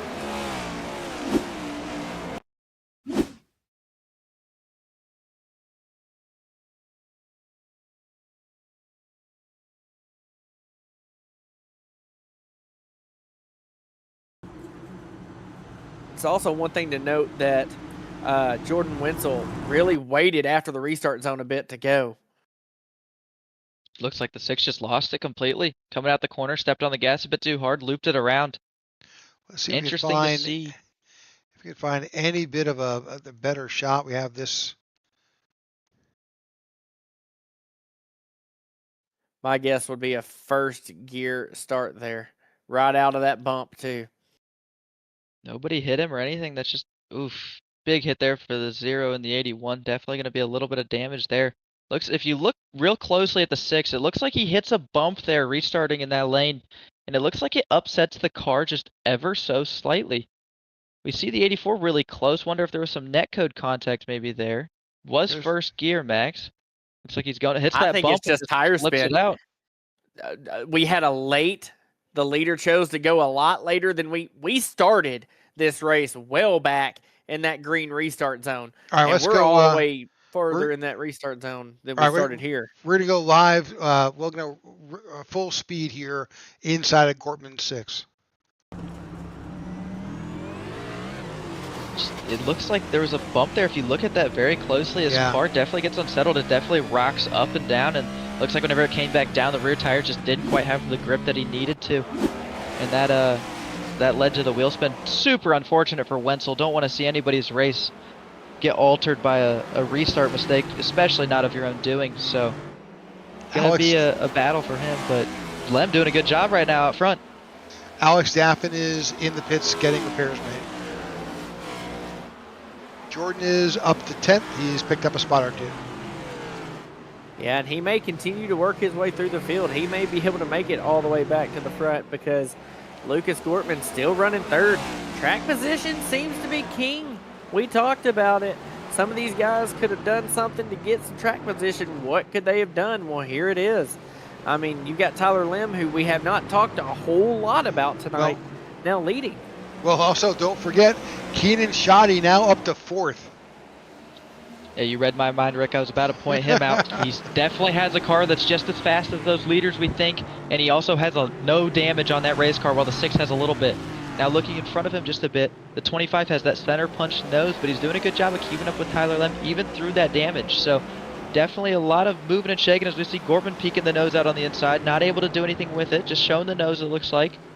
Definitely stuck, but if he waits around too long, Keenan Shoddy might just find his way up into third, maybe second, and challenging for the lead. He definitely has the car to do it.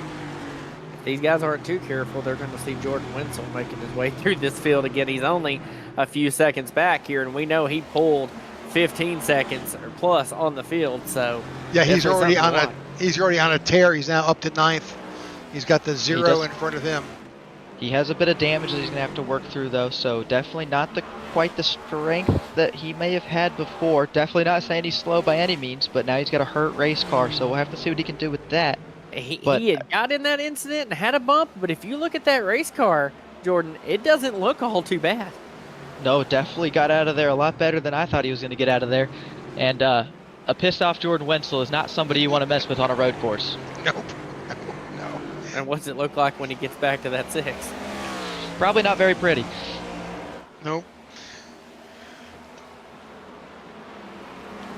All right, folks, thanks for tuning in to the IWM broadcast of the iNRS race the base here in the Enduro 125 here in Coronado in San Diego.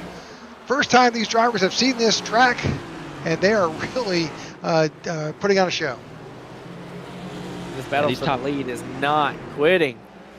No, these top 4 under a blanket. It looks like everybody's faster than the guy in front of them right now. It looks like Tyler's holding up this group just a bit, which is definitely playing into the hand of Wenzel back there. Able to use kind of the pick that Tyler's setting on the field right now to go forward, but definitely going to need to make up a lot of time. If we can get that tower maybe pulled up, maybe we could see the deficit and see if he's gaining or losing.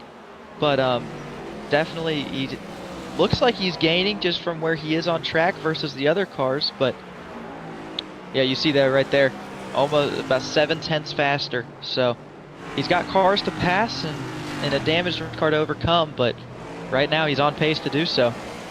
Yeah, he's chipping away. He's up to 9th. It's one thing to gain time; it's another to make all those passes. Well, but he's got 8 and 7 right in his windshield.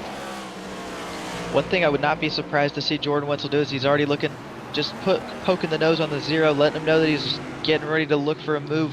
One thing that I would take note of is he's very good at road course strategy. He knows what he needs in a car. So as soon as that pit window opens, if he's stuck behind a car, I would not be surprised to see him being one of the first cars diving down pit road. And if I'm the 6, I match him the next lap. And it doesn't look like that car's too hurt at all right there. Wenzel puts down the fastest lap. That's a 2:10.77 fastest lap of the race. There he goes. Running qualifying speeds there. Yep, the 0 and the 81 get around the 5 of Tucker. Looks like now Wenzel, he's definitely faster than the 0. We know the 0 isn't slow by any means, but not able to keep pace with Wenzel. So Wenzel's going to need to do his best to make quick work here, because who knows how long Tyler Lem can hold on to that lead with that hungry pack of cars there right behind him. Absolutely. Amazing to see what this track position really does for a car. Changes that handling, changes the way the air moves across the nose, and gives maybe some guys that were really, really struggling some more grip here. And again, we talked about it before, the passing zones. Where are they, right? We're struggling to really see, unless you're a Jordan Wenzel who's, 2 seconds a lap faster than the guy in front of him. It's really hard to find where you can make that pass and complete it. So just as a point of reference, the top 8 drivers all had times of 2:12.5 and between 2:12.5 and 2:10. So really, they're just have tremendous speed over the first 14 laps. Yeah, it looks like Tyler Lem's bread and butter so far is that little chicane there. Looks like he's able to gain a lot of time. Maybe Musso had a little mistake that I didn't notice. Obviously, Musso dealing with a pretty badly wounded race car as well, so not driving exactly how he wants it to either, but he's doing a good job. But that's bringing Corey Ennis and Grady Gherkin into the picture as well. They've started to close up on this group, so these guys are going to need to figure out where their passing zones are and try and make something happen here sooner rather than later. Yeah, watching that 25 of Jacob Musso, I'm really watching that car wiggle and move around a lot in the braking zones. So he's just not got the grip on corner entry that he needs. He's able to power off somewhat decent, but definitely shimmying and shaking in some of these brake zones, and that's where he's losing some time. We look at kind of the relative that we're looking at. Wenzel not making a lot of time. Maybe he had a little mistake or something, but back up to 9 seconds of a gap. So it looks like maybe Tucker is playing a bit of defense on him, not making his life the easiest to get around. So Wenzel's going to need to find a little bit of something here. We know he got stuck behind Gortman, and Gortman was slower than him. So definitely track position's important, and this green flag pit stop is going to be vital to these guys' race. And that's where Rick's idea of the short pit for Wenzel is going to really come into play. As soon as that window opens, you might see Wenzel come in, be the first car, be really early, and maybe even only looking at tire wear. I mean, we may see something crazy. If one side of tires is holding up a whole lot better than the other, you may see a 2-tire stop here just to give enough grip while keeping the pit stop short so that your pit time is short, but you still got a little bit of extra grip.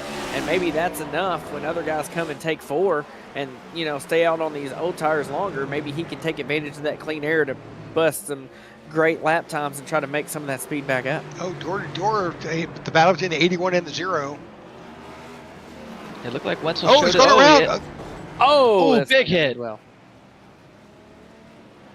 yeah, it looks like Wenzel had position and Tucker wasn't quite willing to give it up to there, and it just gets so tight, especially with them racing that hard. Meatball flag for Tucker. His day is probably over. Unfortunate for him. Unfortunate. Wenzel's just having to come through the field right now. Probably driving a little mad, but looked like he had decent position on Tucker, and looked like just two guys fighting really hard for the same piece of real estate.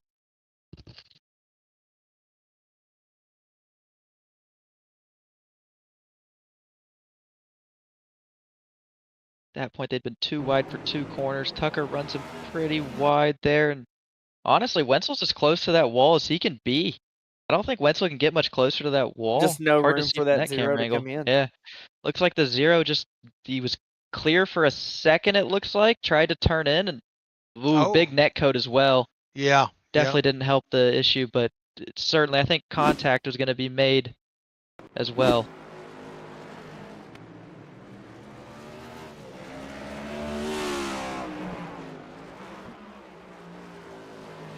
So now Wenzel, now that he's got a little bit of clear track here, Max. Let's see what he can do. 8 seconds back. Lem doing a good job still out front.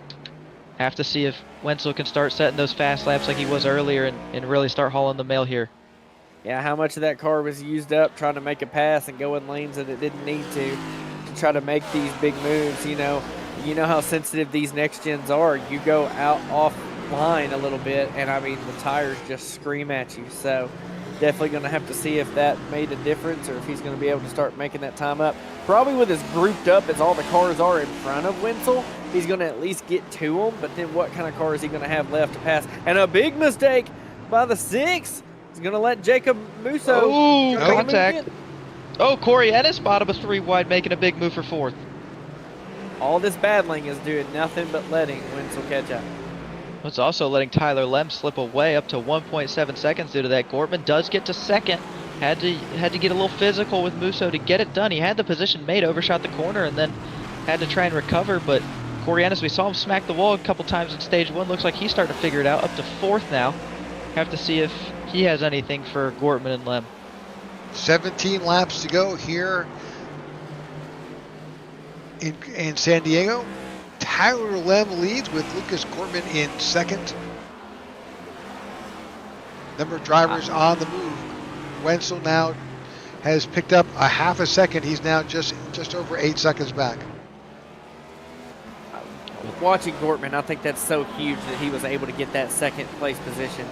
I'd be real interested to see how quickly he's able to reel in the 99 of Tyler Lem and see if he can get to him. He's probably going to try to. He's learned through Wenzel and some other things, he's going to have to make quick work or he's going to be behind him for a while. So he's going to use this time to cool those tires off and see what kind of move he can make to get the lead and hopefully hold on long enough. Let's bring up last times because this will surprise you. You see that Lem's last time was a 2:13.79 and Gorman was a 2:14.49. So Lem's putting down some solid numbers. Yeah, a little bit of contact with the 6th that last lap with the 25, so probably slowed him down a bit. But the big thing I'd highlight, Wenzel over a second faster than Lem that last lap, so he's coming. It's just a matter of how long it takes him to get there. Pit window has opened, so definitely could be a little bit of moving and shaking going on for these guys now. I mean, if you're Wenzel, do you think tires matter more? Or do you think taking just enough fuel and maybe your pit crew can fix a little bit of that damage and make that car a little stronger while you're sitting there waiting on gas? A lot of things that these guys got to think about, but the big thing I think is, as we see the 45 looking to the inside of the 25, is exactly that. You got to try and get around Jacob Musso. It just seems like that car's too badly damaged to keep pace with the guys in front of him, starting to lose a little bit of touch to him, and it's definitely slowing down these guys behind. I don't even know if it's damage as much as just the rear tires just seem to be gone on that car. The back end dancing every single corner. So the guys that have plenty of rear grip able to gas it up, but again, there's just nowhere to go right now. It's so hard to find a line to make a move. You see about every time we get cars side by side, someone ends up eating the fence. So definitely trying to find where those passing zones are.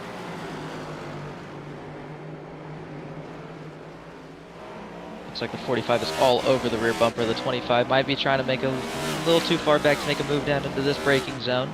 A sketchy one to do it at, but we've seen other moves we've made at sketchier spots, so a lot of play for these drivers. But I mean, Lem and Gortman are driving away. Gortman clearly faster. Ooh, looks like the 45 is going to take a peek to the inside. Not going to work out. Might open the door for Corey Ennis on the inside here. Corey's in. He's got position. Not quite able to make it work. Daryl Young getting out of the way of these guys. Great to see from Daryl. But you see there, that car cresting the hill coming down into the braking zone. That is the mighty Jordan Wenzel. He's gaining right around 7 seconds right now. He's got a lot of cars to try to pass, and we saw how much he struggled with the 0 himself. So, I mean, clean air, yes, fastest car on track. When he took the lead, started taking off. But this car is so sensitive to traffic. We saw how long it took him to get around Gortman for the lead. Now he's got to pass how many other cars here? You know, he's got to pass 6 more cars to get to the lead, and they're all kind of stacked up together, not able to pass each other, or could start going side by side to make moves on each other. Looks like the 45, speaking of, is making a big move down in the braking zone. It's not going to work this time. Another thing to note, though, Rick has brought it up numerous times, is that short pitting strategy. Once he catches these guys, I would not be surprised if he ducks it down pit road, but right now the 45 trying. Looks like the 25 is able to keep it together on the brakes. Looks like the 25 is able to brake just with them, just definitely looks a little sketchier than most. Ooh, Corey Ennis about loses it. Good save by him. Gonna be side by side with Grady Gherkin into this tight stretch, though. So are the 45 and 25, a little bit of contact. Looks like the 45 will gain that spot, though. And working over picks up third. while. Yeah, that let the 81 get right up to their back bumper. I would not be surprised if we don't see the 81 of Jordan Wenzel duck it down pit road this time. Oh, and we got a pile up of 3 cars back here, well on in the back. Daffin, Walton, and Japs all involved. That's a very, very, very heavy brake zone. So be interested to see on that one if somebody just locked the brakes up trying to get in just a hair deep and maybe took some innocent bystanders with them. Well, just like that, we can bring up that replay. And you see they're all pretty separated, which means someone might have just got digging a little too deep, I would think. We see the 84 is already pretty torn up. He had a good day, Yep, turned bad, there's the turned good, lockup. turned bad. There's the lockup right there that you were speaking of, and then looks like contact behind the 42 and the 9. Looks like the 9 just looks like the 9 missed the braking marker there and piled into the 42. Tony was just an innocent bystander in that one. But while we have been watching this, down in the bottom left, I'm sure you guys saw it. Jordan Wenzel did indeed pit that lap. So he got behind him, knew he was going to get slowed down and hit the pits. Wonder if he took 4 tires, no tires. Looks like he's still in the pits. Looks like he is taking tires. So he thinks they matter. Hopefully he can come out in a good spot around no other cars and make good time, get him back up there, but definitely an interesting strategy play. Would not be surprised to see some of these other guys decide to take fuel only. If I'm the 6, I come and I pit and I take my 4 tires this lap. I think if you want to beat Wenzel, you've got to get on the same strategy as Wenzel. And he does have that 7-second buffer, so certainly wouldn't hurt to take the tires. Not like he's going to lose time doing so. Because we know how fast Wenzel is, and even with a couple lap older tires, I think he can still be just as quick as guys on fresher tires. So I think I want to match him. If I match him, I can stay ahead of him. And a big deal for Wenzel there. You see it on the pylon. He comes out 9th, just in front of Joe Musso there. So has no cars in front of him for 20 seconds of track time. He should be able to haul the mail on these fresh tires and get going forward. Would not be surprised to see him set some blistering laps these next couple of laps. Ooh, Joe Musso hard on the wall there. Tony Japs took that opportunity to hit the pits. He took 4 tires and fuel. But so far, those are the only 2 takers here at lap 24. Starting to watch these leaders now to see if anybody wants to match that strategy. As we get closer to pit road, I'd be very curious to see what decisions might or might not get made. There goes the 6, just like I called. Big lock up there getting into the pits. Looks like he got it woed up just in time. Keenan Shoddy's going to follow him down the pit road. So is Jacob Musso. I think that's a race-winning move there. You've got to match what Wenzel did. You cannot allow him to be out there on fresh tires with the 20 seconds of clean air. It'll be interesting to see how far back Wenzel comes out of the 6. Both of them should merge out into clean traffic, so it'll be interesting to see if this one lap will let Wenzel close that gap at all, and then if those tires are able to hold on for the 6 of Gortman.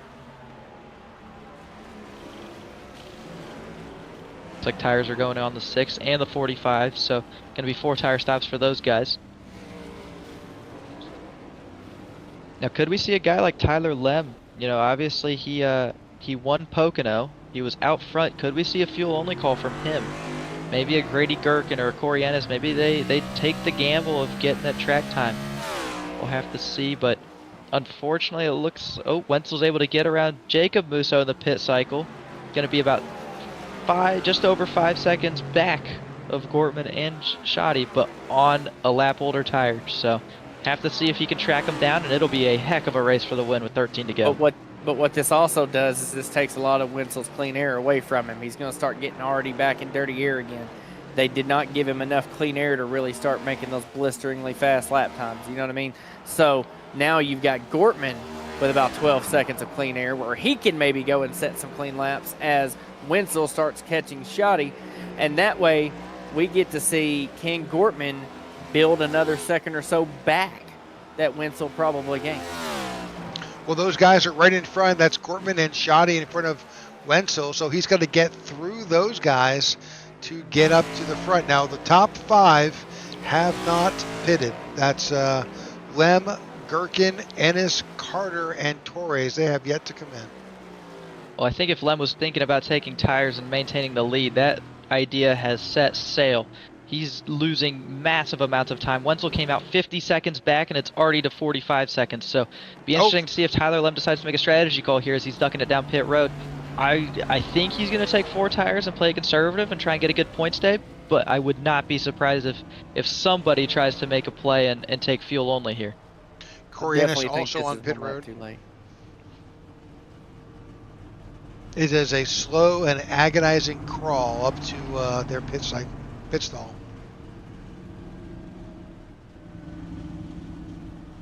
And the big thing is, I mean, Rick, you probably see this data on your end. I haven't seen anybody that's been nabbed for speeding on pit road so far tonight. Nope, not yet. Hope that was Looks not like a tires are commentator's coming. curse. Both of those cars, so be interesting to see where they merge out. I believe they'll be behind Gortman for sure.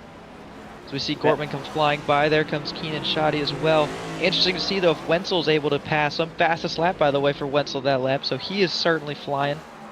Looks like he's going to come out behind Tyler Lem, though, so another car, Max, that Wenzel has to go through to get up to those 2 at the front. Absolutely, and that's the ultimate go.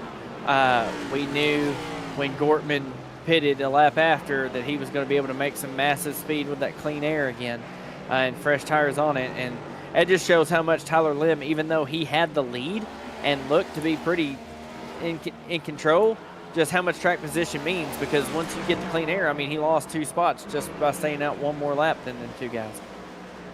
Well, he won't hold up Wenzel. They're on the same team, so if he's got a faster car, I'm sure that he will allow him to nose out in front and try to chase down Shoddy and Gortman.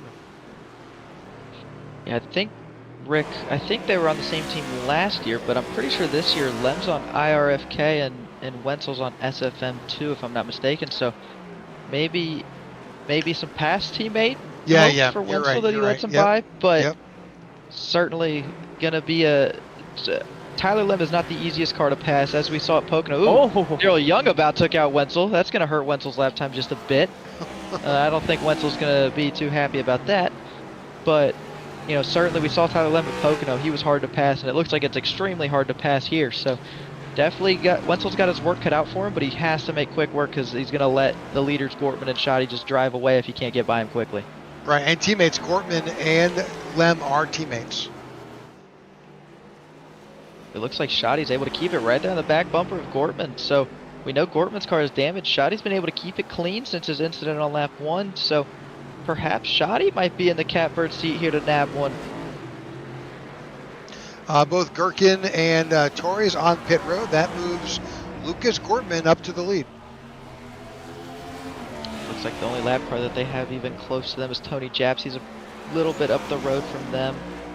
But certainly Gortman's going to have to do what he did in stage 1, but instead of losing the lead at the end, he's going to have to keep it because Shoddy is right there on his bumper.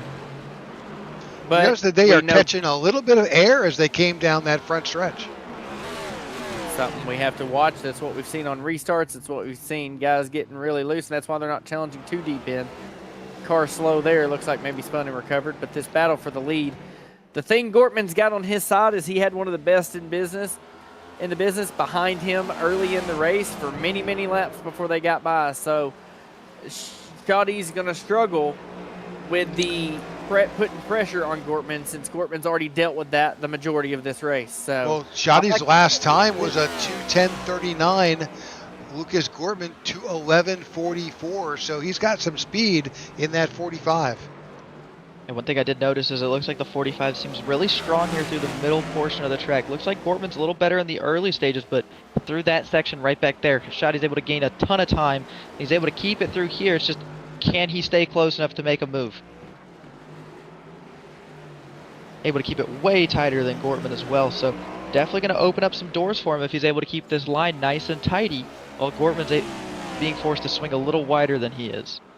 And can we just say, if Shoddy does get this position and ultimately get the win here tonight, when we look at how this race started for him, what a recovery that would be.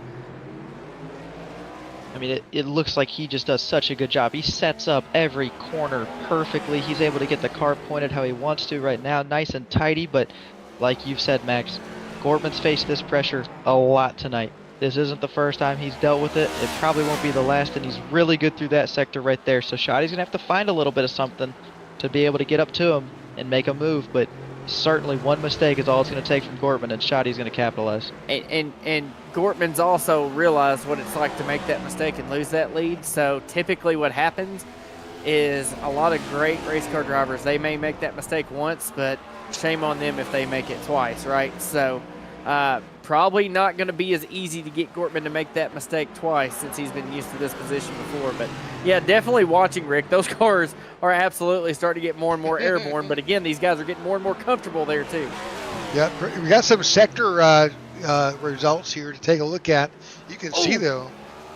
Big wreck there in turn 1 right now. 27. Corey Ennis. There are piece parts flying off the 27. He's got some major damage. That was a big lockup going into turn 1, and it's him, and I didn't catch who the other driver was that it took out. That car is not turning. He's got some major damage on the 27. Unfortunate for Corey. He was having a solid day going there. Gonna lose out on some points, but he did get a couple stage points, or 1 stage point, so he's got a little something to hang his hat on. Shoddy is all over Gortman. But Yeah, he is up that rear bumper. He's really good through sectors 1 and 2, as we saw that last on that graphic with the sector times, but he does lose in 3, so he's got to make this move happen here, and I think he'll be able to drive away, but as we've seen, making the move as hard as can be here today. Also a nice recovery for Wenzel, but not really seeing the lap time getting picked up as drastic as I expected it to be. Yeah, it looks like he's stuck behind Tyler Lem right now, so he's got some work to do with 10 to go, coming to 9 to go. He's got to get past Lem, and he's got to do it quickly because these guys are starting to drive away, and 5 seconds is a lot of time to make up, even for an alien like himself. Our leader, Lucas Gortman, out in front, but he's got the 45 of Keenan Shoddy on his tail. Not too far back, Tyler Lem is there, and Gordon Wenzel just gets around Lem right now for the battle for third. Not yet. Oh, contact! A little bit of a hip check, no harm, no foul. Oh, now there's harm and foul. Wenzel's going to get spun down pit road. He's backing out. That's very dangerous to try to not get a black flag there. That's very interesting. No black flag, I'll no let black Jacob flag. Musso to go by, but that is definitely... Oh, it looks like we got a battle for a lead, Rick. Shoddy's there. He has position. We've seen Gortman in this position before. Can Shoddy capitalize, or can Gortman fight him off? Good drive off from the 45, and he clears for the lead.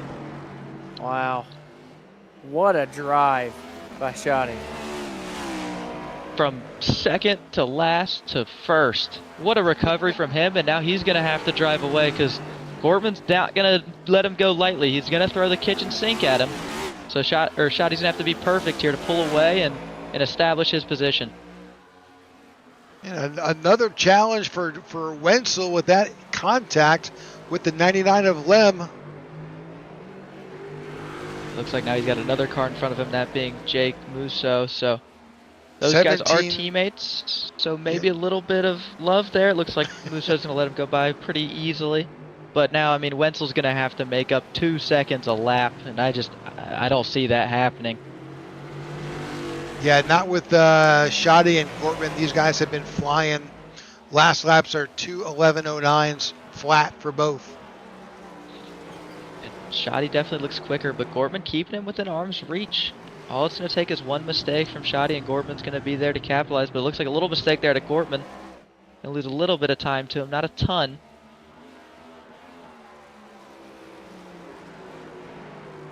Couple tenths better by Shoddy.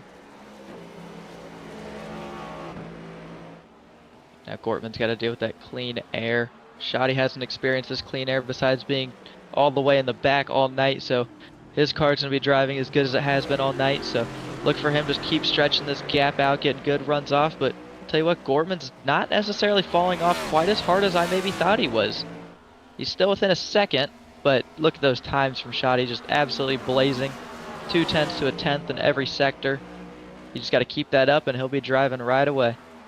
Did y'all just see Shoddy had all 4 tires off the ground? Yeah. He was taking air while Gortman was over there fishtailing it, going down into the braking zone. He looks a lot like Jacob Musso did earlier in those braking zones. So, Max, I think he's burned up those rear tires, and it looks like it's definitely starting to show its head. It could be that damage, though.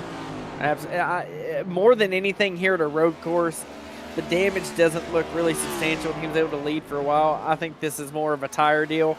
Probably got nervous with Wenzel coming up through the field, knew what he'd done before, probably drove a little harder this second run when he got to the lead, and and track conditions could be changing. The track could be getting warmer and hotter. I don't know. Haven't checked that, but definitely could be a factor. You just see the thing really losing rear grip, fishtailing off into every corner under braking, and track is cooling now off. starting to make mistakes.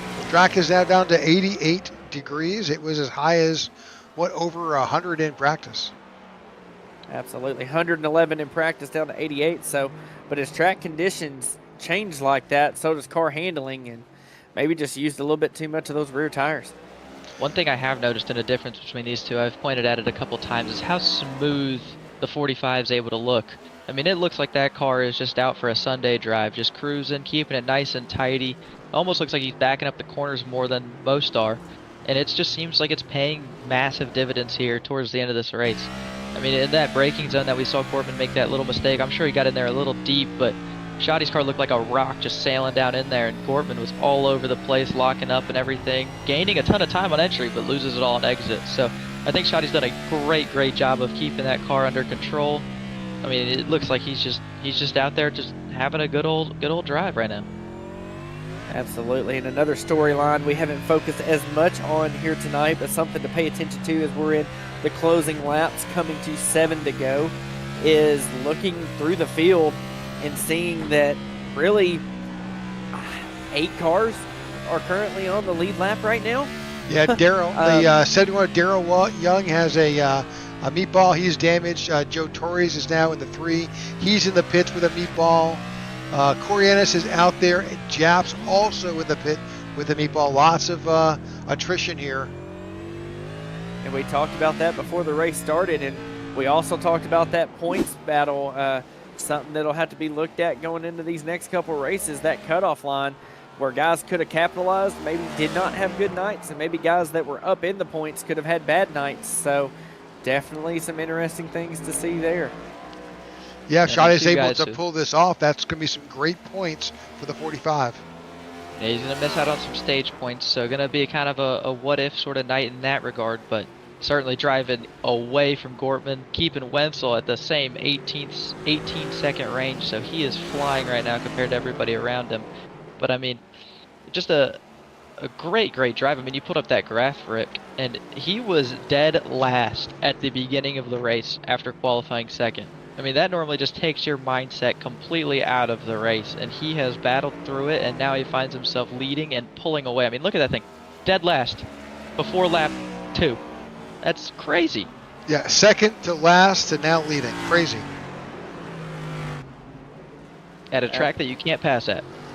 Absolutely. And, I mean, we've seen that, though. We've seen the fastest guys in the field be stuck in 8th place and not be able to make the move, right? But once they get clean air, they pull 2 seconds a lap. So, I mean, track position's going to mean everything. And I told Rick before this race started, you know, with the race that me and my team have next week here at this track, this is great intel and a great place to watch and see these differing strategies and what's working, what's not, what pit road's looking like, and when you pit.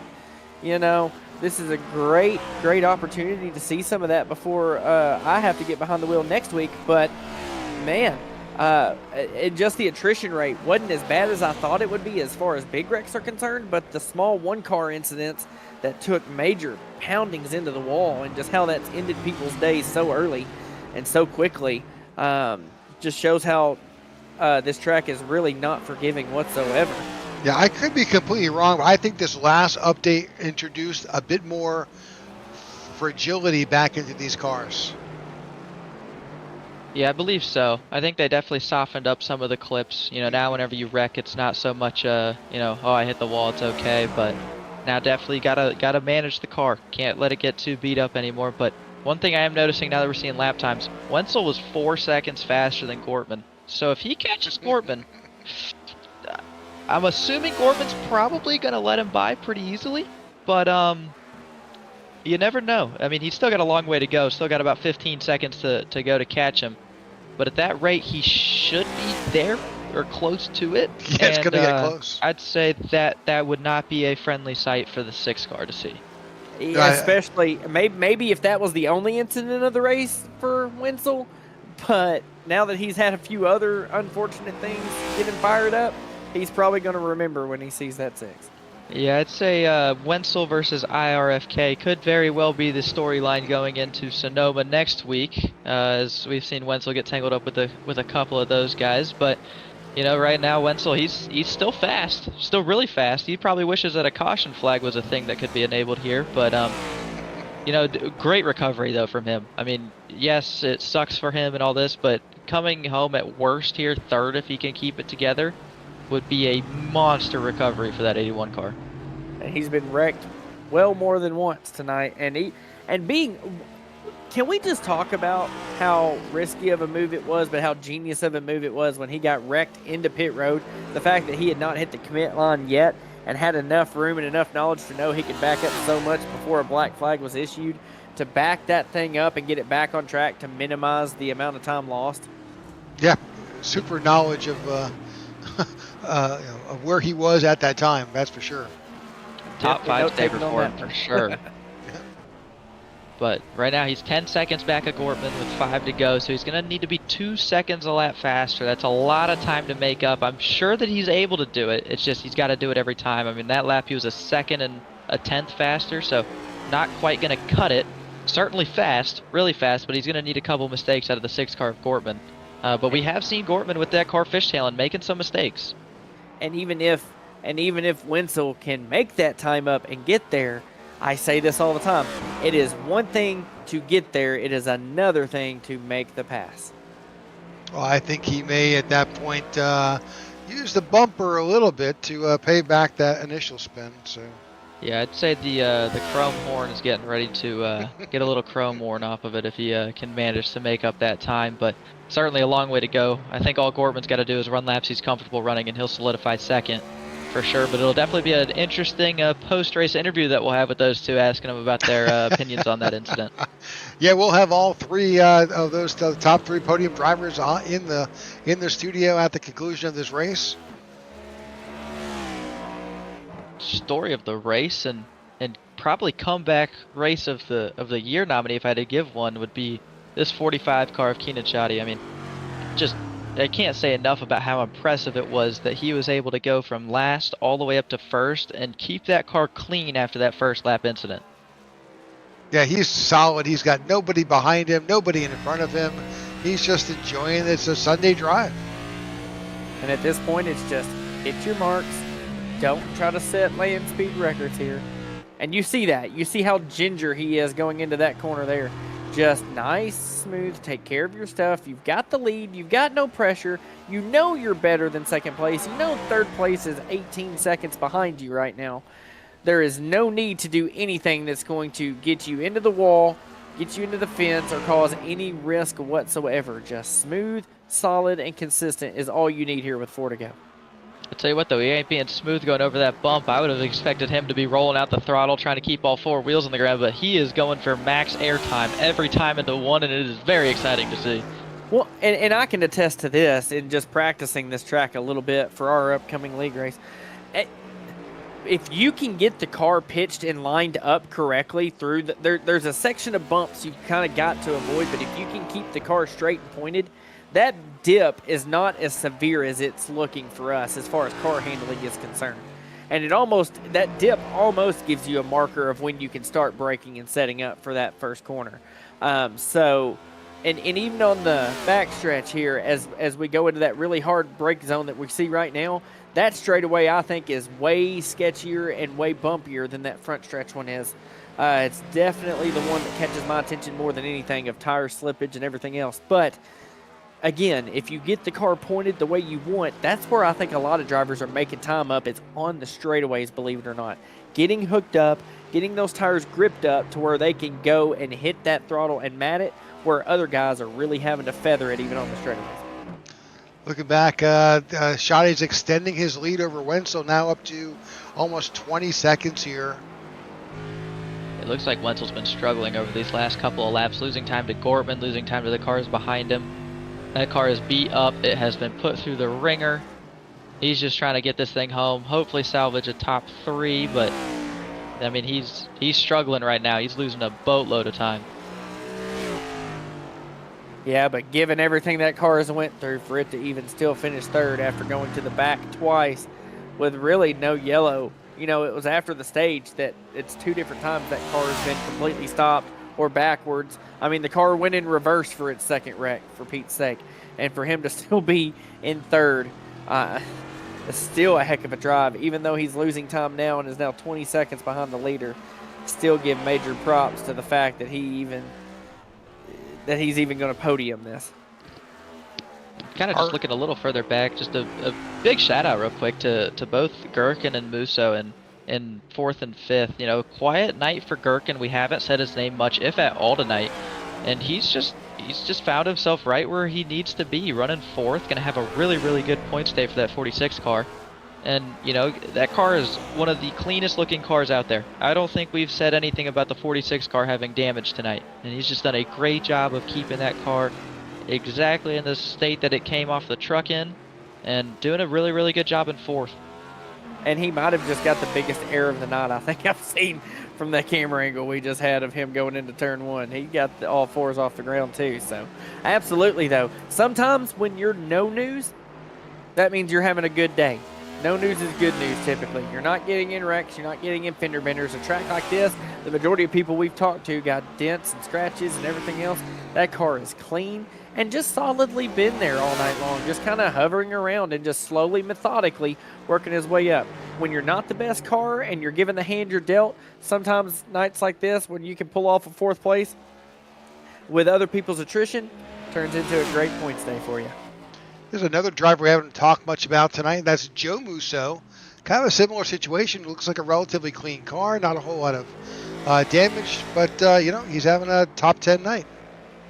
I was talking to Joe just before this race a little bit, and got to give a shout out to him. He said he was running the Cody Ware, honorary paint scheme, and it looks pretty much like Cody Ware's paint scheme in real life. So A+ for the realism there. Doing a little, I don't want to shade my man Cody Ware a little bit, but doing pretty good. I'd say he's doing a little better than Cody Ware does most Sundays. So doing a good job from Joe. Getting a top 10, going to be a good points day for him. Should help elevate him solidly above that cut line where he already is, and maybe gain a spot or two after today. And what I've noticed on track with Joe here tonight is we've seen that car a few different times, and with the screens I've had, his car's flashed up. Maybe had to stop for some wrecks or been in some little things here and there, but ultimately, attrition, right? Where everybody else gets in these big wrecks, gets knocked out of contention, gets the motors blown from the wall hits. He's not had that. He's not maybe been the fastest here tonight. He's might have struggled as far as the speed department, but speed's not everything when you come to a new track. And a track like this, if you can sit here and say that you made all 38 laps here tonight, I think anybody can say that that was a successful night here tonight, given the brand new track and probably being, in my opinion, the hardest road course we currently have on the schedule. So for guys that maybe aren't normal road racers or don't have the joy with it like someone like Wenzel does, for that 28 car to be where he's at in 8th place, I would say he's going to leave here and say, top 10, I'll take it, we'll move on. All right, we're watching Keenan Shoddy here. Just a couple laps to go. Rick, I don't think we can say enough about this guy. I mean, I know. That's just incredible. Continuing to build that gap, too, to Gortman. Almost now a 10-second gap. And then another 10 seconds back is Wenzel, who seems to be finding a little bit of pace here late, but definitely too little too late. But maybe that 45's finally evening out with that 01. And oh no, we were talking about the 46 all night, and he's now looped it around finally. Unfortunate announcer's curse has unfortunately caught the 45 of Gherkin, only losing one spot though, just due to the body of work that he's put in throughout the rest of the race. So he's right there behind Jacob Musso there in the 25, so maybe you can get back up to him. And speaking of the opposite of the 46 car looking clean, that 25 looks like it's about ready for the shredder, and he's out here trucking it in 4th place. I mean, he is wheeling a modified right now. All about getting them to the end. And you've got some drivers that they'll get in one incident and get really flustered, get upset and say, I'm done, my night's ruined. But if you just go in, you fix that damage, and you try to make the most of it, sometimes you can come out with fairly decent nights that you never expected. Last lap, white flag flies here for Keenan Shoddy. Cinderella story here for some guy who started right up there at the front at the beginning of this race, fell all the way to the back due to an incident on the first lap, and now finds himself about to win the inaugural event here at Coronado. Just an absolutely amazing drive. I know we keep talking about it. People are probably getting annoyed about me talking about it the whole time, but I just don't think it can be sold enough how impressive that is to navigate the traffic and for your car to look like that especially. We have seen some torn up race cars, like that one in front of him of the 84 of Daffin, who had speed similar to the 45 of Keenan Shoddy, just wasn't able to navigate the wrecks and the traffic as well as Keenan was. And now we find ourselves here on the last lap, and he's got a 10-second lead, a clean race car, and no worries in the world. Just an absolutely amazing, amazing display of resiliency out of the 45 tonight. And that's another example of the night didn't go the way he wanted. He was not the fastest car here tonight. I think we can all say that. He's got speed, obviously, but definitely Wenzel and Gortman early in the race had the pace that he did not, was kind of put in situations that ultimately got him in a couple little incidences, got him toward the back, but Actually, did not give up. I'll throw a little correction out there. He's got except for for Wenzel's 2:10.16, and his best time was a 2:10.39. So definitely the second fastest lap of the night. Some Absolutely. speed for sure. So and I think he found that later in this race, if I'm not mistaken. I don't think he had that in the beginning, but as the night went on, he kept at it. He did not give up. He worked his way through that traffic and built that speed up and built that confidence up. But really, it was him getting up in clean air, too, that really makes the difference with these cars. So, coming out of these last couple corners, I'll let you guys call it to the end here. Go ahead, Jordan. Yeah, well, Keenan Shoddy, case of resiliency, works out for him. He's going to win tonight at the Naval Base in San Diego with an over 10-second margin of victory, just in an absolutely amazing run. He's going to be waiting for these guys for a while to come take the picture at the start-finish line. It could be a while. A big shout out to Grady Gherkin, though. He started back in 16th and he finished in 5th. He picked up 11 spots here. He'll win our Hard Charger Award for the night. And a well-deserved Hard Charger Award at that. He almost got to 4th from the looks of it on the timing tables, only 2/10 behind Jacob. Jacob barely able to hold him off for 4th there, so little teammate on teammate battle there for 4th and 5th between some of the SFM boys, but great showings for them. Tyler Lemon 6th. He led a bunch of laps today. Looked like he could pull off the back-to-back at some stages. Was doing a good job of keeping him behind. Then got tangled up with Wenzel a little bit there. Falls to 6th. No harm, no foul. But Joe Musso, and Zach Carter with some solid top 10 runs as well. Well, as we wait for the rest of the field to make it around, and we have to wait because without the field making their way around, we can't get you timing and scoring and the final results. But once the rest of the field crosses that start-finish line, we'll have final results for tonight. Man, just a big story tonight. 19 cars entered in. 8 cars finished on the lead lap. P9, 3 laps down. So just a crazy night of who survived and who did not. You know, normally at the end of these races, this cool down lap is the first lap you breathe for about 5 or 6 laps towards the end of these races. And with these laps being 2.5 minutes long and his gap being what it was, I'm sure he's about done riding around this place. Oh, I'm sure. For a cooldown lap, they're still going faster than I would be out there. Right?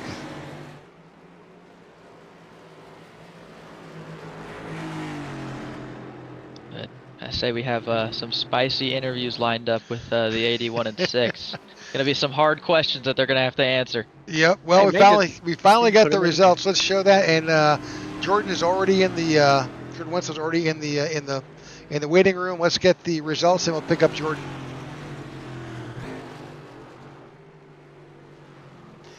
All right, here we are. Race results are in. Keenan Shoddy wins tonight here at the track at Coronado.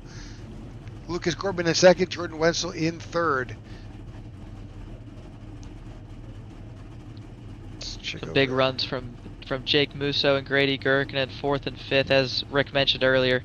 Grady Gherkin getting the Hard Charger Award, but top 5 is not bad at all for him. And then, as Max pointed out, only 8 cars on the lead lap. Lead lap cars rounding out with Tyler Lem, Joe Musso, and Zach Carter. All right, Alex Zaffin finishes in 9th with Vince Burns in 10th. Joe Torres finishes in 11th with Daryl Young in 12th. Corey Ennis in 13th. Japs in 14th. Walton in 15th. Tucker finishes in 16th. Scott Thomas in 17th. Garrett Walden in 18th. And Jeff Ramsdale rounds out tonight's field. All right, most laps led was Lucas Corbin, 11 laps. Fastest lap goes to Mr. Wenzel with a 2:10.16. All right, right now let's go live to the burnout celebration for Keenan Shoddy right there. I got a lot of comments about my rating of Tyler Lem's burnout last week. Didn't quite get to see. Yeah, I think Tyler understood that he needed a little bit more burnout practice, but it wasn't bad last week. But I mean, we didn't get to see a lot, but I saw a lot of rotation out of the 45 car this week. I'd have to give that one, for the little bit I saw, about a 7.5. Well, with that, Jordan Wenzel joins us here in the booth. Ow. I know. Well, Jordan, obviously this one's gonna sting for a while there. You know, you had one of, if not the best cars out there all night, and kind of got tangled up. Just kind of walk us through, obviously the first stage where things were going good, and then kind of the emotions throughout that second stage. The first stage, I've stupidly locked up in turn one on the first lap, and then Lucas got by, ran behind him for a while. My tires were a little bit better. We managed to battle from like turn 3 all the way to 7. It was fun there. Finally got around him. And then the restart on the stage, it was death there, but the car felt good still. So I was able to run back up to the pack. But with how difficult it was to pass, I thought I'd just go in early to try to jump cars. And everybody decided to cover me, and I was like, well, that ain't going to work. And then get with Lem and get killed there, and then I killed myself into Red Bull, and I was very angry, and their voice comms were very fun. Yeah, we were having a little discussion up here about the emotions underneath the helmet there, so definitely not what we wanted to see. Max, you got anything for Jordan? Yeah, you had such a good car the whole night. Once you were able to get track position up front, started setting in stage one, started setting some of the fastest lap times of the night, even on older tires. So I guess my question is, how tough was traffic tonight on this track? Even though you could have a car that maybe 5-6 tenths quicker than the guy in front of you, it still seemed like it was extremely hard to find a good solid passing zone. Is that something you noticed here tonight? Oh, next to impossible. I mean, I got with the 0 there, and I was side by side there, and there's nothing I could have done really. I just holding my line, and then it just contact happens, and that's the only way it seemed you could pass, was by killing somebody. And so losing the track position early is what ultimately is going to kill your race. Well, Jordan, Just frustrating. Yeah, I hear you. Congratulations on finishing third and surviving here. Shout outs tonight. Shout outs to you guys for putting this on. The guys I raced with, for the most part, kept it clean. Shout out to Lucas for that battle, and then my friends Cameron and Jess, who are always watching here. Jose, all my friends that are always watching me. I wish I could have gave them the triple this weekend, but it's not meant to be. Well, congratulations on finishing third. We'll see you next week at Sonoma. See you then. You got it. All right, that's Jordan Wenzel finishing here third. With that, let's bring in Lucas Gortman into in the booth. Lucas, congratulations on your finish. Heck of a race. It was something. It was something. Oh, man. Well, Lucas, obviously we saw you lead a ton of laps there in stage one, and ultimately weren't quite able to hold off Wenzel towards the end of it, which, it puts you there starting on the outside in second. And obviously we saw the incident on the restart. Kind of walk us through what you thought happened there with Wenzel there going to start stage two. So yeah, the restart there, like I had a moment to go look back on it, and I wasn't sure if it was the bump from Tucker that got me loose or what, but there's like a bump right there in the middle of kind of like that zone where we go green. Because like unfortunately, we weren't going on the leader, we were going on the green flag. So it was like right where it falls, you're hitting the gas, and I was only like 65% throttle, but I just went right over that bump, and it broke traction, like it bottomed out. And really unfortunate for Jordan, because like I said, he definitely had the car to beat. Like it definitely sucks. Like I hate it for him. Like it was great that we made it through. But then later on, I ended up getting wheel damage, hitting the tire pack in want to say it was 12 and 12B. Oh no, it was 10 and 11, I think. I hit the tire pack there and got wheel damage. So at that point, Sade was able to get around, and we come home second, but still just unfortunate. Done with this track. Well, congratulations. Go ahead. I was just going to ask, because you had a solid night all night long, and I mean, track position seemed really king when you had the lead. It seemed like even if a car was faster, like maybe Jordan Wenzel was there in stage 1, it still took a long time for that pass to be made. What did you notice once you got in traffic with your car? I mean, it seemed like when your car was in the lead, it was really solid, but once you got in traffic, it's like the rear started stepping out and just lots of things started happening and changing with the car. So what did you notice tonight, and where do you think maybe a solid passing zone was, if there was any, because it seemed really difficult tonight? Honestly, yeah, like, being behind another guy, like, when I was behind Jacob Musal and Tyler there in stage 2, like, you kind of lose your sight lines a lot. You do push a little bit. The dirty air is still there. Which is kind of sad to say about a road course, but like, I know I kind of made some moves in entering 6, the Red Bull section there. You could probably make an aggressive kind of dirty move in 12B, or like it kind of in the braking zone through the like RB chicane there, in between 15 and 16. But other than like 2 and 3, like the basic kind of 90-degree turns, you got to be really careful, because you overstep that boundary and you're wrecking yourself and the guy that you're trying to pass. So it was really awesome seeing Jordan and I battle side by side when he was passing me in stage 1. We side by side for about 7 corners. So Yeah, it made for great TV. So yeah, put on a little bit of a show. Yep, absolutely. Well, congratulations on coming in where you did here. Any shout outs tonight? Yeah, always praise God, without him, and all his blessings, I wouldn't be able to do any of this. So thank him, my wife for watching the broadcast, my teammates, Tyler, Jeff Wheeler, all those guys, you guys for broadcasting, all the racers out there that race in here, that stuck through it and made it all 38 laps. It was definitely a brutal one. I'm looking forward to Sonoma, but keep the podium streak alive. I'm allergic to 4th through 10th, apparently. I think that's 13 now. Well, congratulations on that. All right, there's your second place finisher. That's Lucas Gortman coming in second here at Coronado. And with that, we're going to move our winner into the broadcast booth. Keenan Shoddy gets the win here. Keenan, congratulations on your victory. Thank you.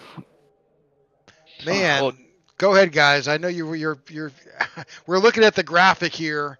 yeah, Keenan, I mean, we were all over the board. Obviously, we saw you nab the wall there at the start of the race and sat you all the way Yeah. back to last, which I know you probably don't want to talk about that, so we'll allow you to skip over that part.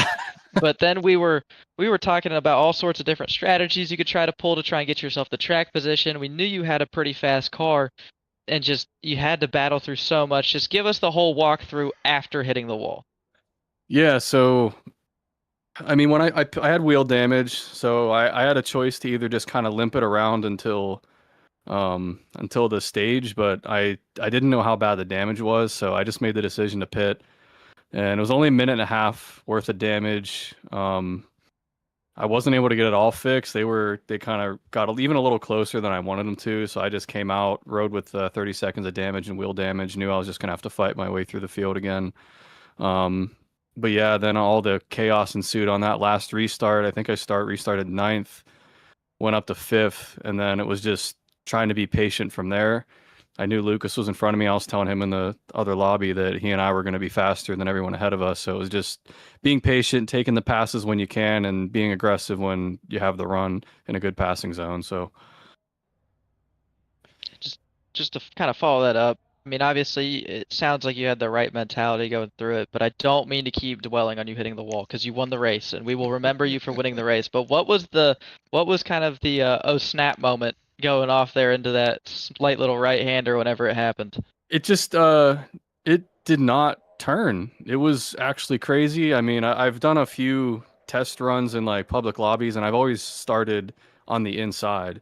So maybe like I just didn't see the corner, and then the trail braking I used on all my hot laps, it went right into the wall and it hit it pretty hard. So I was in bad shape. I just kind of had to regroup and calm down. I was quite upset after that, but I mean, it was just an up and down race, and I can't complain now. So it was all part of the journey.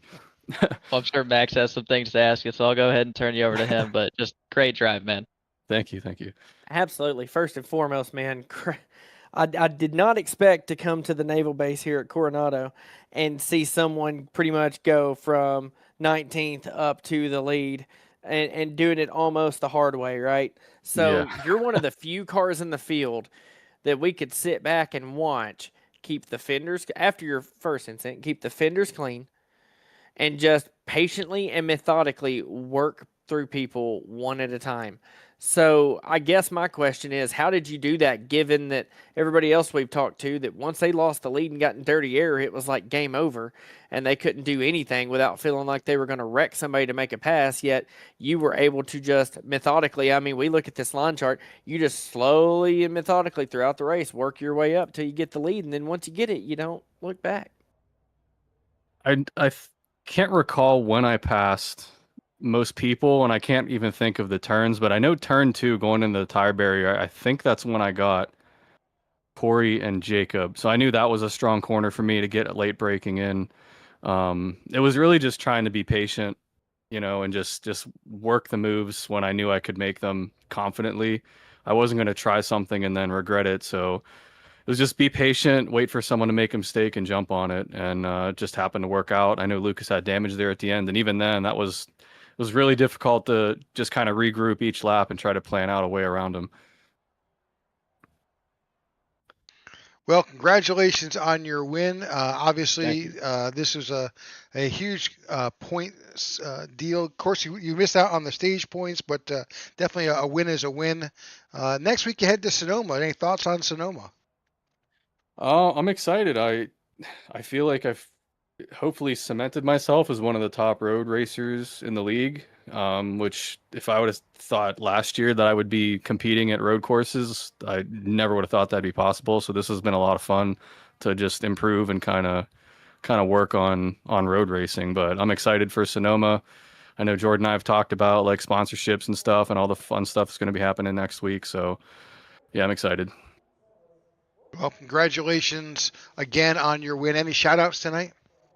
Yeah, shout out to my wife for letting me practice all week. She knows how stressed out I was and how much I actually disliked this track coming into it. So shout out to her, shout out to my dog and my parents. They always watch. My dad for sponsoring last week's race and him continuing to watch and support me. So yeah, it's been a lot of fun. And also shout out to you guys for hosting this every week. It's really cool to go back and watch, and you guys do a great job. Well, we appreciate that. All right, guys, any final thoughts before we wrap this one up? I mean, what an amazing race. I didn't think that this race would be anything to write home about. We saw one of the best drives I think I've seen in my time on iRacing.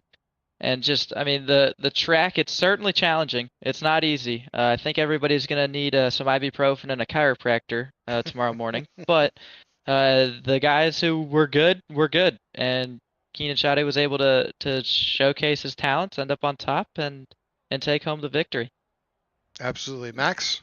Yeah, and I mean, just from my perspective, right? Like, I don't get to be in the booth every week and get to see this perspective, but what's great for me, selfishly a little bit, is that this league kind of races a track right out a week before we do on our Wednesday night league with IWM.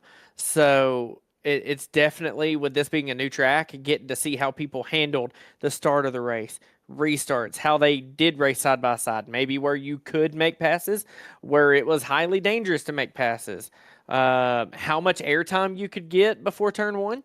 I feel like that's going to be a competition everybody's going to have on Wednesday night, and just all the things, right? Just getting to see how this race played out just allows me, as I get ready for next week with my team, know what to work on. I can go back and watch this and see all the lines. And really, we had a lot of attrition tonight, But at the same time, we had a lot more cars on the lead lap than I expected, if I'm being honest. I expected more guys to be running, but just be laps down. But really, it was either you were on the lead lap or you were in the garage. There weren't a lot of people that were just out there running, still a lap down. So, definitely a tale of two races, and miraculous to see that if you do get in a bind, like the 45 did very early on, that you can indeed, with just one stage caution, work your way back up. And again, through some attrition and some other circumstances going your way, get back to the lead and be able to run with it. Jordan Wenzel being able to wreck twice at complete stops with no yellows to save him and still come back for third and only be 21 seconds back. That's massive in my book. So big thing I learned is no matter what, don't give up here. There's still, as much as this track will take away, you can still, if you don't give up, you still have a chance to make it right before the end. So definitely going to be interesting to see what this looks like next week. You had 19 cars on track tonight, and Rick, you know what that Wednesday night looks like.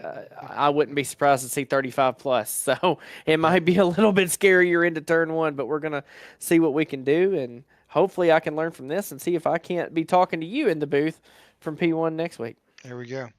All right, guys. Well, thank you so much for our broadcast tonight. Appreciate the guest commentators in, both Jordan Booth and Maxwell Caldwell joining me here tonight. A little shout out to Jeff Neaney, who is our regular Thursday night broadcaster. Jeff had a little bit of surgery, and our prayers are with Jeff and makes a speedy recovery. So for those of you who had watched us here live or watched us on replay, we certainly appreciate that. And we can't bring this to you without your help and being part of our family here in IWM. So guys, from us here in the booth to all of you, we thank you for watching and hope to see you next week. All right. Good night, all.